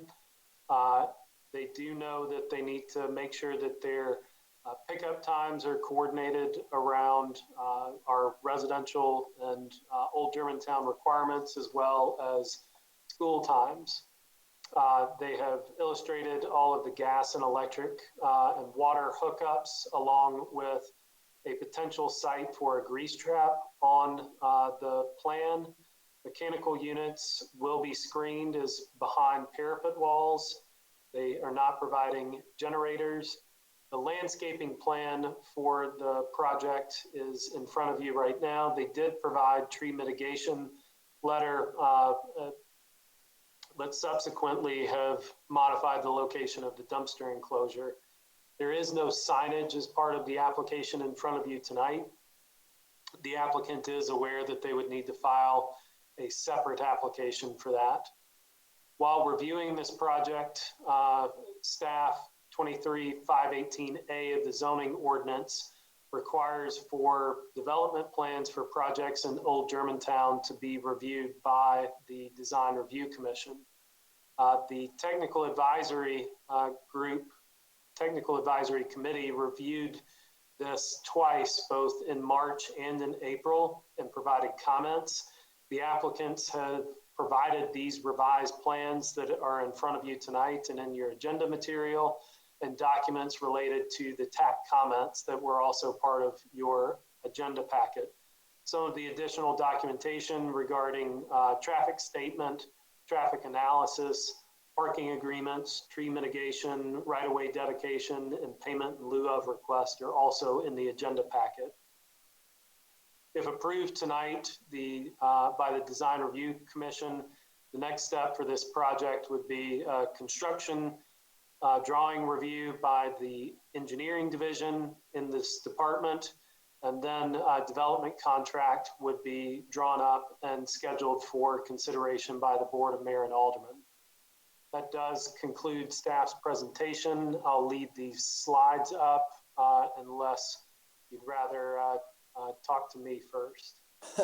Well, perhaps we can leave those up so that Tony and Ms. Bethel can do their presentation and refer to them as needed. And Tony, you know, we spent a good bit of time on this the other evening in February, I believe it was. March. So, okay. It does seem like a lifetime ago, though. It does, doesn't it? So I think most of the commissioners are familiar with the project in general, but Tony, perhaps you could focus on what you had changed. Very timely, might I add, been said by all with the unfortunate delay we've had in the meeting. So thank you for the timely manner in which you had all the changes made. But maybe we could cover those in more detail so we could better understand what we spoke about that night and then what you had revised or you and the architects had revised. Sure. Thanks, Commissioner Bruns, and the staff for putting this together and the board putting this together. I know this is a challenging time, and this is one for the books. I've never seen a meeting like this being teleconferenced in. I've been around politics in Germantown a long time and seen a lot, so it's very this proves that we can do anything. I appreciate the opportunity to be able to represent Justin Thomas. I think this is a great project for Old Germantown. We have our company has a pretty significant history in Old Germantown of renovating old structures. I live right on the periphery of Old Germantown. This project's approved. This will be the 7th project we've done on Poplar Pike. Obviously a very historic and endearing building for Germantown. A lot of people in Germantown know it as the Whitlow House. I think it's also pretty remarkable to see a restaurant being proposed in Germantown during this time when so many restaurants are struggling. I think that's a real testament to the confidence of the owners who are Germantown residents and business owners in Germantown, and the confidence in the city itself to put this sort of investment at this kind of time. But with that said, I think it speaks volumes for the city and for the confidence in our area. To answer your questions regarding changes, one thing we've always tried to accomplish in any projects in Old Germantown is to limit tree mitigation as much as possible. Especially in Old Germantown, there's a lot of old, large oak trees, large hardwood trees. We had a 36-inch oak at the east side of the east entrance, just south of the dumpster enclosure. We went back, and luckily we've got a great team on this project, and even though everybody's working remotely, they scrambled and made some adjustments, and we were able to shift that relatively easily, shift the dumpster enclosure north 7 to 10 feet, still maintain all the turning radiuses that we needed for being able to access that dumpster and service it regularly. That one little shift saved a 36-inch oak, which put us in a zero mitigation at that point of anything over 10 inches. The sidewalk is shown on the plan more from an illustrative manner to show where if the city, we did, as Cameron described, presented a payment in lieu of sidewalks, which was discussed in subcommittee. And we went ahead and illustrated it just to show where future sidewalk would go if the city did decide in the future to put it in. We may need to make a note on a final submittal that's excluded. The log cabin structure is obviously a historical piece of this property. We're going to reutilize it for the refrigeration. We're going to screen the dumpster a little differently than we talked about in the beginning. It's going to be more in keeping with the facade of the original restaurant. And short of that, they're very minor adjustments. few ADA adjustments that were recommended for easier mobility for ADA access from the parking to the main entrance. Lighting hasn't changed. We just enhanced the drawings. We did remove the ginkgo tree and substituted, and I cannot remember exactly what that substitution was, but Tony Westmoreland, who's the restaurateur, has had experiences with ginkgo trees on some other properties, and I think Chairman Bruns said that there's I guess a male, female ginkgo. One makes a smell and one doesn't. And knowing our luck, we would inadvertently plant the wrong one, and it would not be good. So we just substituted that for something that Greenscape felt was appropriate. And I think that pretty much concludes any changes. I'll open it up to you guys to give me any questions you've got. Sure. I remember during your presentation or in the first set of drawings we had looked at, there was a lot of circulation questions, certainly around the log cabin and then as you entered the kitchen area. And I think most all of that is cleaned up. And I would also invite Christopher to speak to that, because I know as an architect he paid close attention to some of the interior spaces. No, I think, thank you, Paul and Tony. No, the kitchen addition, thought a little clever roof, doing a little gable off of that one area and then shedding the rest to try to give a little height to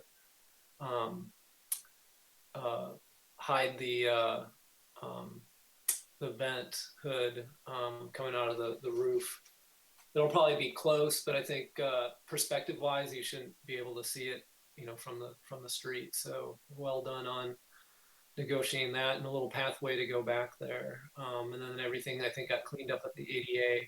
I had one general question, and Tony, you do enough work on that side, but Sarah and the rest of the staff, but there's no like setback lines in terms of showing on this plan, and I was just kind of peeling through what I could find on the ordinances, but is there no front, side, rear setback in OG? And the only reason I bring this up is just how close the back addition gets to the property line, but I would think David doing the survey and stuff, some of that stuff would be located, but I was just curious. Cameron, do you want to answer or you want me to? I'll let you handle that. In the OG district, there are no specifically prescribed setbacks for property. What it does speak to is that you look at a site plan based on site plans and uses that would be allowed in other districts to make a determination of whether the site plan actually fits. I think part of that is probably because these are older buildings, older lots that you are reusing. And in most cases, it would be a challenge to adhere to current setbacks on these properties. The intent of the OG is to try and utilize the context as the guide versus setting up a set of standards that may result in more challenges than opportunities for preservation of the character. Got it. No, in because we're planning commission as well as design review. So I guess my question, it didn't come up during the subcommittee meeting, just in terms of that back addition is probably getting within 5 feet of the property line per se. So it was just more of asking that question. Well, good. Why don't we entertain a motion so then we can have more conversation? There was no public comments on this item either. Oh, one question to Tony regarding the log cabin.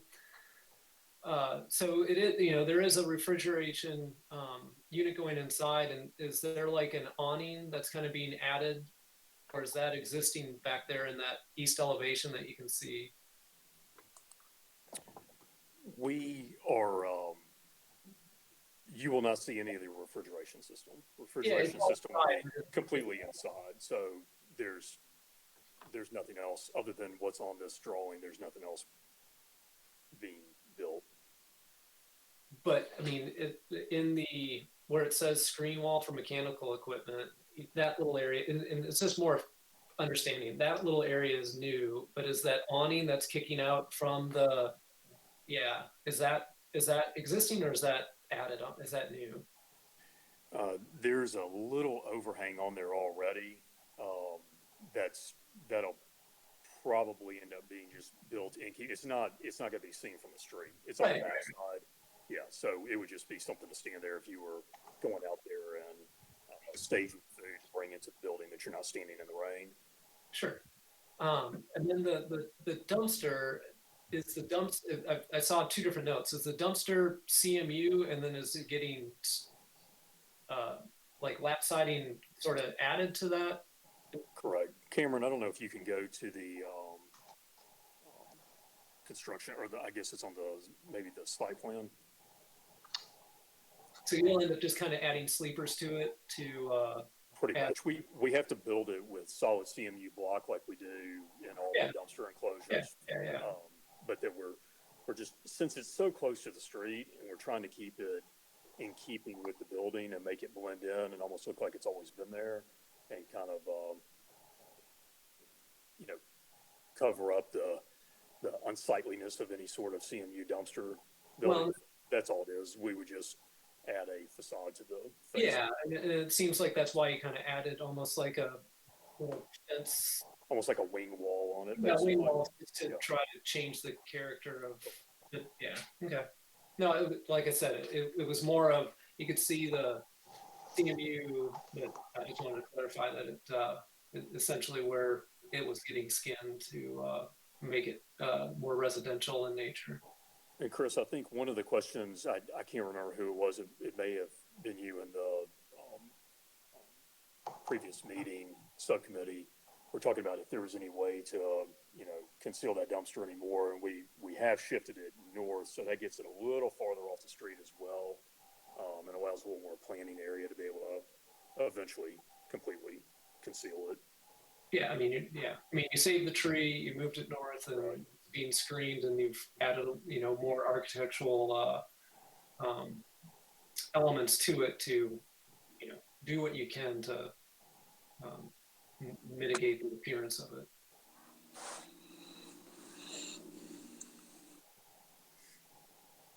Well, good. Right. Thank you.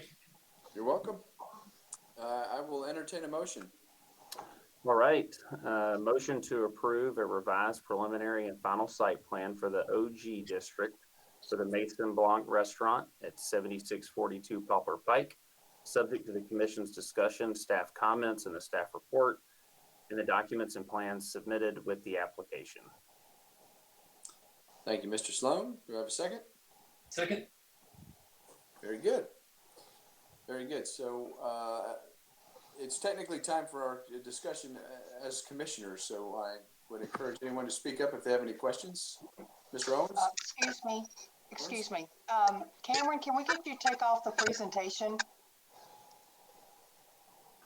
There you go. Okay. Now, Paul, could you tell me who it was that just seconded that motion? Mr. Schmidt. Thank you very much. You're welcome. Hey, Chairman Bruns, thank you. Tony, I have a question for you, and you may be the only one, and maybe actually Mr. McLean might be able to answer. This is going way back here. When we, I want to say back in like 95 or 98, we were looking at Dugard's house, and did you guys do the renovations on that and the expansion of that building? Did y'all do that? We did not.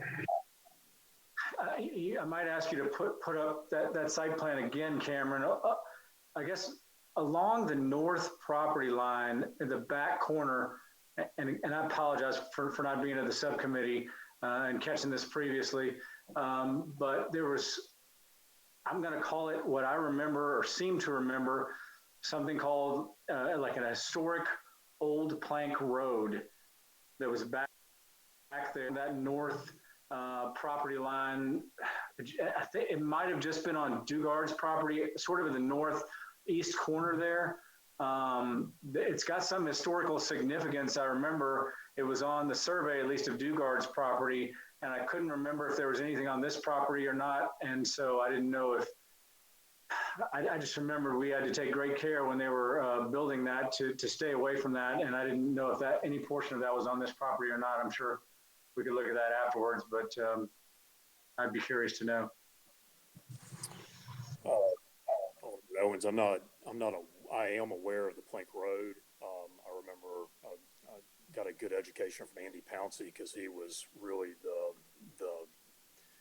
the guy who knew the most about that, did all the research.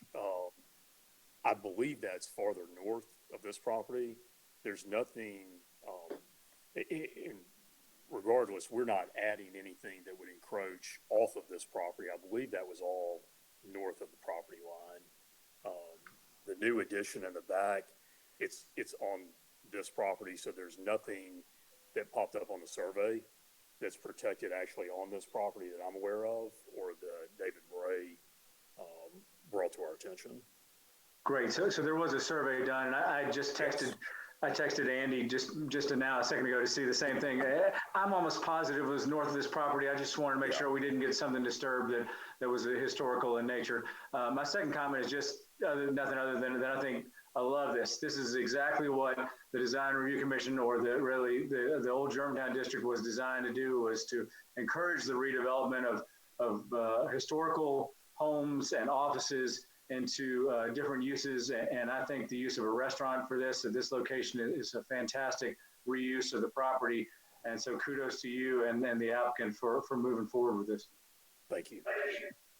Board members, this is David Bray with the Bray firm. We went through multiple old surveys on this, and that historic road that you're referring to is not included on this parcel. Thank you very much, David. I appreciate that.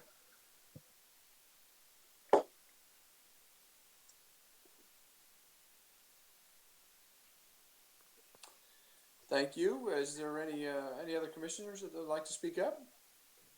So I have a comment regarding the parking count. Looks like you have 11 parking on the site, and with additional parking, we are talking about, I think, 75 parking. And based on my understanding, you will be needing more than one handicap parking for the 75 parking space. If that's the case, we'd like to see those handicap parking on the site versus like off-site on the neighbor's property.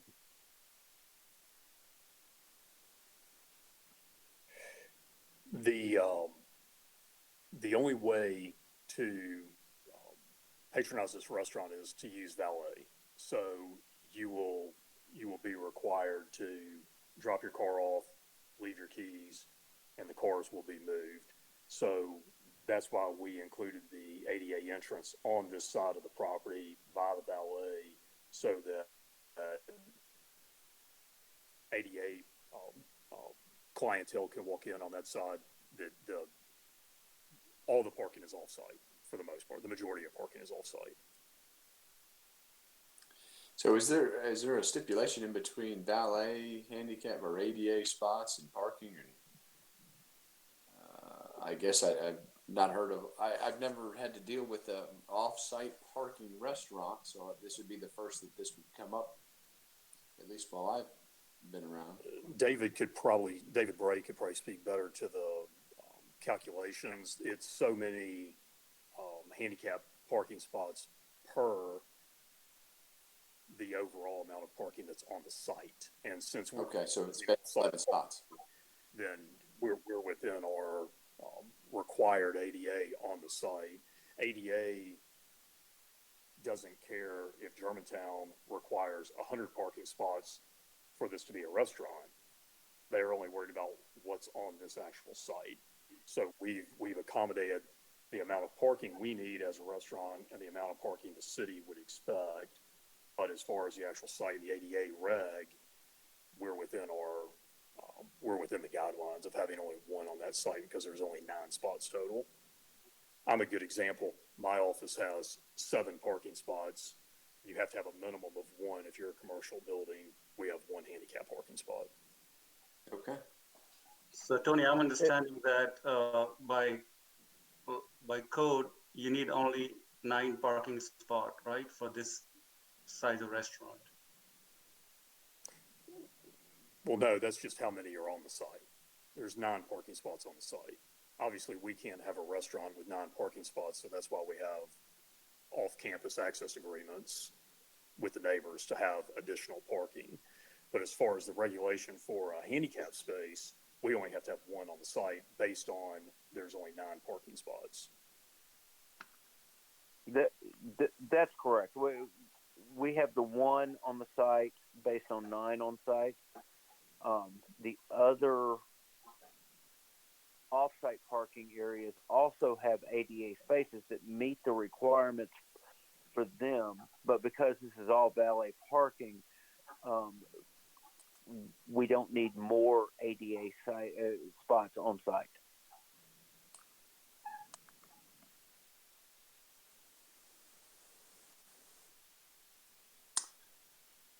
Very good. Does that answer your question, Raj? I hear it. I may not agree, but that's fine. I mean, I just want to make sure they understand that, meet the ADA parking requirements down. Very good. Is there any further comments from any of the commissioners? So I had a question regarding the sidewalk. I felt like when we left the executive review that the general consensus was the sidewalk was going to go completely across the front of the property. And that one of the changes was a payment in lieu of. What is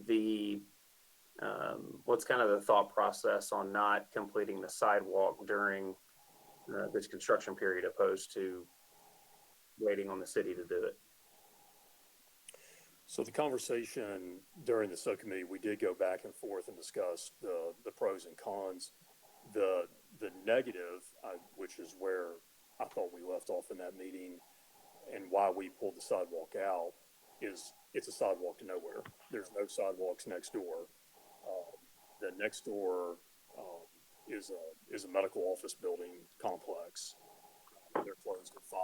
There would be no reason for anybody to leave this restaurant after hours and walk over there. And frankly, I think it puts the neighbor in a position of liability and puts us in a position of liability having a sidewalk going over there. I developed the property, our company developed the property next door with 3 medical offices.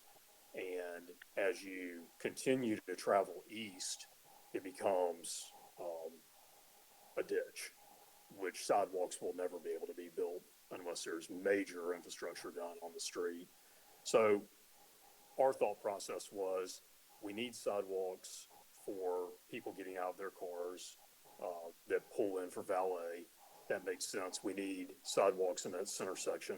We need sidewalks on the west section to connect us back to the rest of Old Germantown proper. But the section on the east is just a sidewalk to nowhere. We will put it in. If this commission says we need to go ahead and put it in, it's not a problem. We're happy to do it. It is going to be really close to some of the old trees that we're trying to protect. It just doesn't, in our professional opinion, in our experience in Old Germantown and trying to protect different areas and understanding how different neighbors work on their properties. And we've got a restaurant where people are out there eating and hanging out after all the other businesses are closed. There's really no reason for them to go that way. So we're just trying to deter anybody from going off-site. Tony, please clarify with me now. Are you doing no sidewalks or the western sidewalks, not the eastern sidewalk? So the western sidewalk and the center section of sidewalk between the 2 entrances. Those are to be installed. Those are to be installed. Okay. East of the east entrance that goes to the medical office part next to us is what we're asking to have in lieu of. Okay. Well, and so I think kind of where I am with this particular item, I know we say that people aren't going to have a reason to come from east to west, but you know, with you connecting to the medical office building and everything next door, I would like to see this completed during the construction period, opposed to, you know, just having the sidewalk in the middle and on the western side. That's kind of where I left off on the last meeting. At least I think that's where I left off before the COVID. And are you guys not going to have, you guys have a parking agreement next door, right? We have 2 parking agreements, one with the north property and one with a portion of the eastern property. Okay, and the people parking on the eastern property, you're saying they can only park there if they valet? Correct. And how are your valet guys going to get from the restaurant into the eastern parking lot? There's actually a way through the back of the parking lot and down the north side of the property to walk through that area. Yeah.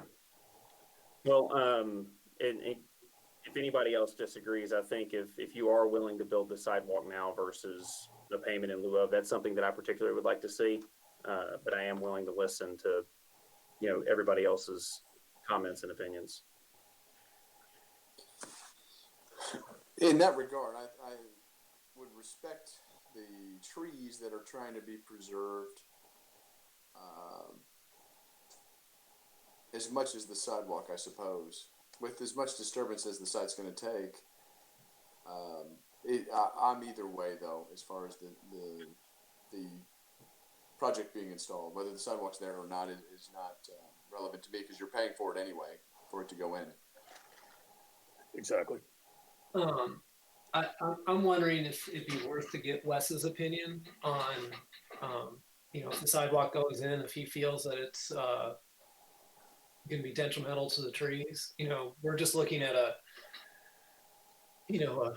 circle on the paper, right? And what is the trunk doing? And based on where the sidewalk is, you know, are we, you know, what is the actual reality? And, you know, I don't disagree about maybe putting it in, but I don't want to put in if it's going to cost, you know, these 3 trees being, you know, problematic to their health and well-being on the property. But I don't know if it's worth trying to get Wes's opinion on this as well, just as another piece of information and just having that as contingent on feedback from Wes. I think that would be valuable between staff and Tony, and as they go through the process, because the city may even find, with all opinions cast, that there's no reason to have this sidewalk if it's going to kill all the trees, or not. We can certainly work with Mr. Hopper as the construction plans start to materialize. I think that would be good. I think, Mr. Sloan, would that satisfy at least part of your concern?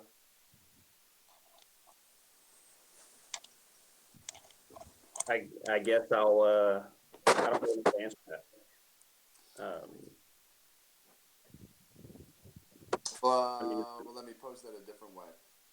I mean, we can vote yes or no, but just to know that there's conversation moving forward on the installation of the sidewalk at this time or at a future time, and what may be the best. Right. Right. If Mr. Hopper or someone at the city believes that it is detrimental to the trees or to the overall development, I would absolutely understand that putting it in. But with the developer's willingness to put it in now versus later, I would like to see that done. Okay. Well, and from a development perspective, this isn't one of those items that we're asking to mitigate because it's going to save us money. We have to pay regardless. The money we get paid. It's just a matter of, I think this is a very prudent way to look at it. We've got to go through construction drawings, and a lot of these things start getting ironed out during construction drawings as well. Mm-hmm. We're absolutely willing to put it in. We're absolutely willing to pay money in lieu of whatever makes the most sense. I think it's smart to have Wes look at it, somebody who really understands. We can meet them out there on the site like we would normally do anyway, and get his professional opinion and follow that guidance. Okay. Wonderful. Is there any further comments or questions from any of the commissioners? So I'm just curious, regarding the parking agreement. I mean, how does it work? I mean, are those parking on the neighbors, they're just extra additional parking they don't use? Or is it, what impact that will have in, their parking requirements when you have when you're using their parking space? I think that being that they're office garage, and anyone can jump in to answer this, but I think that the operations of use are opposite of one another, and that allows the advantage to the restaurant versus the medical offices. But Tony, feel free to chime in. You did all the legwork, I believe, on this one. Yes, sir. No, you're correct. And in our agreement, it's also, it has duality. They're able to use our parking during the day when we're not in service. Staff will start showing up, mid-afternoon, but Holland Studio, especially during the senior picture time, they cram their parking lot as much as they've got. So that'll give them a little bit of relief during some days. Same thing with the development east of us. In our agreement, it's the exact same agreement with both of them. They can use that parking during the day as well. Restaurant opens at 5 o'clock. Everybody else is gone. The doctor's offices are closed. Holland Studio is gone. So it really works out well. Both owners were excited about the project. Were very neighborly. It proved yet again that businesses in Old Germantown are solid. Everybody kind of works together. And, parking agreements are this is not some new great idea that I had. This has been going on forever, and it's going on in Old Germantown now with other restaurants in Old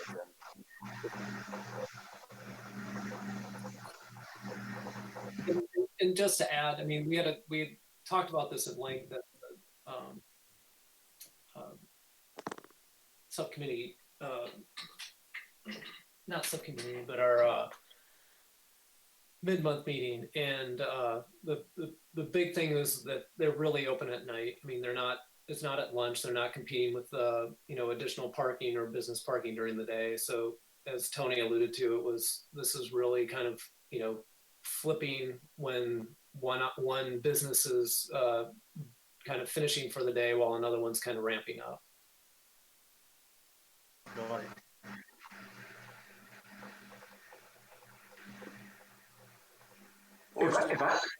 Could I add, I think there's actually a provision, and I'd look to maybe Cameron or Sheila to correct me if I'm wrong on this, but I seem to remember a provision within the Old Germantown ordinance that actually encourages the use of shared parking amongst different types of uses like that are utilized during different parts of the day and night.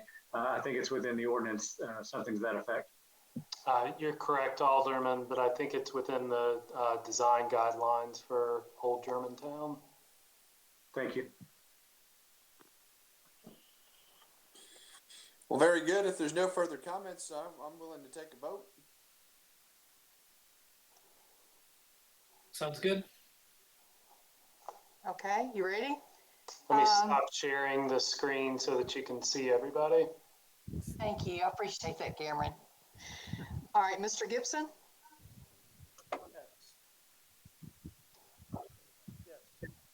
Yes. Mr. Gibson, are you there? Yes. Can you hear me? It's very faint, but he is saying yes. Very faint. You sound way far off. Oh, yes. Yes, thank There he you. is. Mr. Carney? Yes, I think at the subcommittee, there was probably a dozen concerns raised by the subcommittee about this project. And I think Tony and the owners have done a great job of reacting to all of them. So I vote yes. All right, Ms. Sherman? Yes. Mr. Kumar? Yes. Mr. Schmidt? Yeah. Mr. Sloan? I'm voting yes, and I'm really looking forward to a sidewalk on the east one day. Alderman Owens? I vote yes. Mr. White?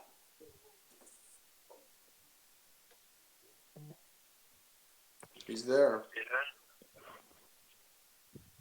Unmute your mic.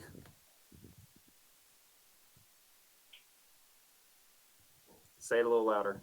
Mr. White?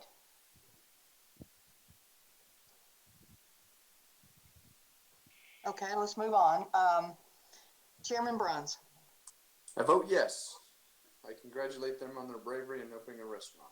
So, Tony, you have your approval. Tony and Mr. Thomas, y'all have your approval. So, thank you for joining us this evening and getting that done for you. Thanks for working with us, and we look forward to it. We'll hopefully have another great project for Old Germantown. Thanks. We look forward to it. Thank you. Well, I don't suppose there's any old business or new business before us, so I'd like to thank everybody that participated tonight. This was certainly new for me. I think it's second time around for some of the city staff, so I hope I felt it went pretty well, and certainly hope that maybe this would be the only one, but certainly time will tell that whether we're doing this all together in May. I want to congratulate you all. This is the first public hearing that the city has had in this fashion. I think that you guys conducted yourselves very well, and the applicants also conducted themselves very well, considering the pivoting that they had to do and the change in technology. And everyone was respectful, including the applicants. Everyone handled the technology really well. So job well done to the DRC in setting the precedent for moving forward. Thank you, Cameron. Amen. Kudos, everyone. Well, thank you all for putting it together. Certainly it's not possible unless you all had done all your homework so that we could just sign in and then participate. So thank you for that. Anything further from anyone? We will keep you all posted about what happens next. Hopefully we'll start to, as you said earlier, Chairman Bruns, make the turn and see a path in the next couple days that will enlighten us on how we'll move forward. But we will let you know if we get any applications tomorrow, which is our filing deadline. We currently have none? Do we currently have any applications? We have an administrative application that came in yesterday, but I don't know. Sarah, Sheila, have you guys taken anything in? I haven't taken anything in yet, no. Yeah, no, not the DRC. No. Well, that will soon change. Again, with although I have had a number of conversations, I think because this meeting was posted, people are seeing that and realizing that we're back to business. Good. That's good news for all. Well, thanks again to everybody. Enjoy your evening. Perhaps a Forest Hill Grill sandwich of some sort may be in order from Mr. Owens, I think, is going to send them all our way. All right. Well, thank you. Thank you Good all. night. Be Thank safe. you. Everybody's time. Good night. Good night. Meeting adjourned, right? Meeting Yes, adjourned. thank you. Thank you, Meeting Regina. adjourned. Thank you, Regina. Thank you. Yes. Process.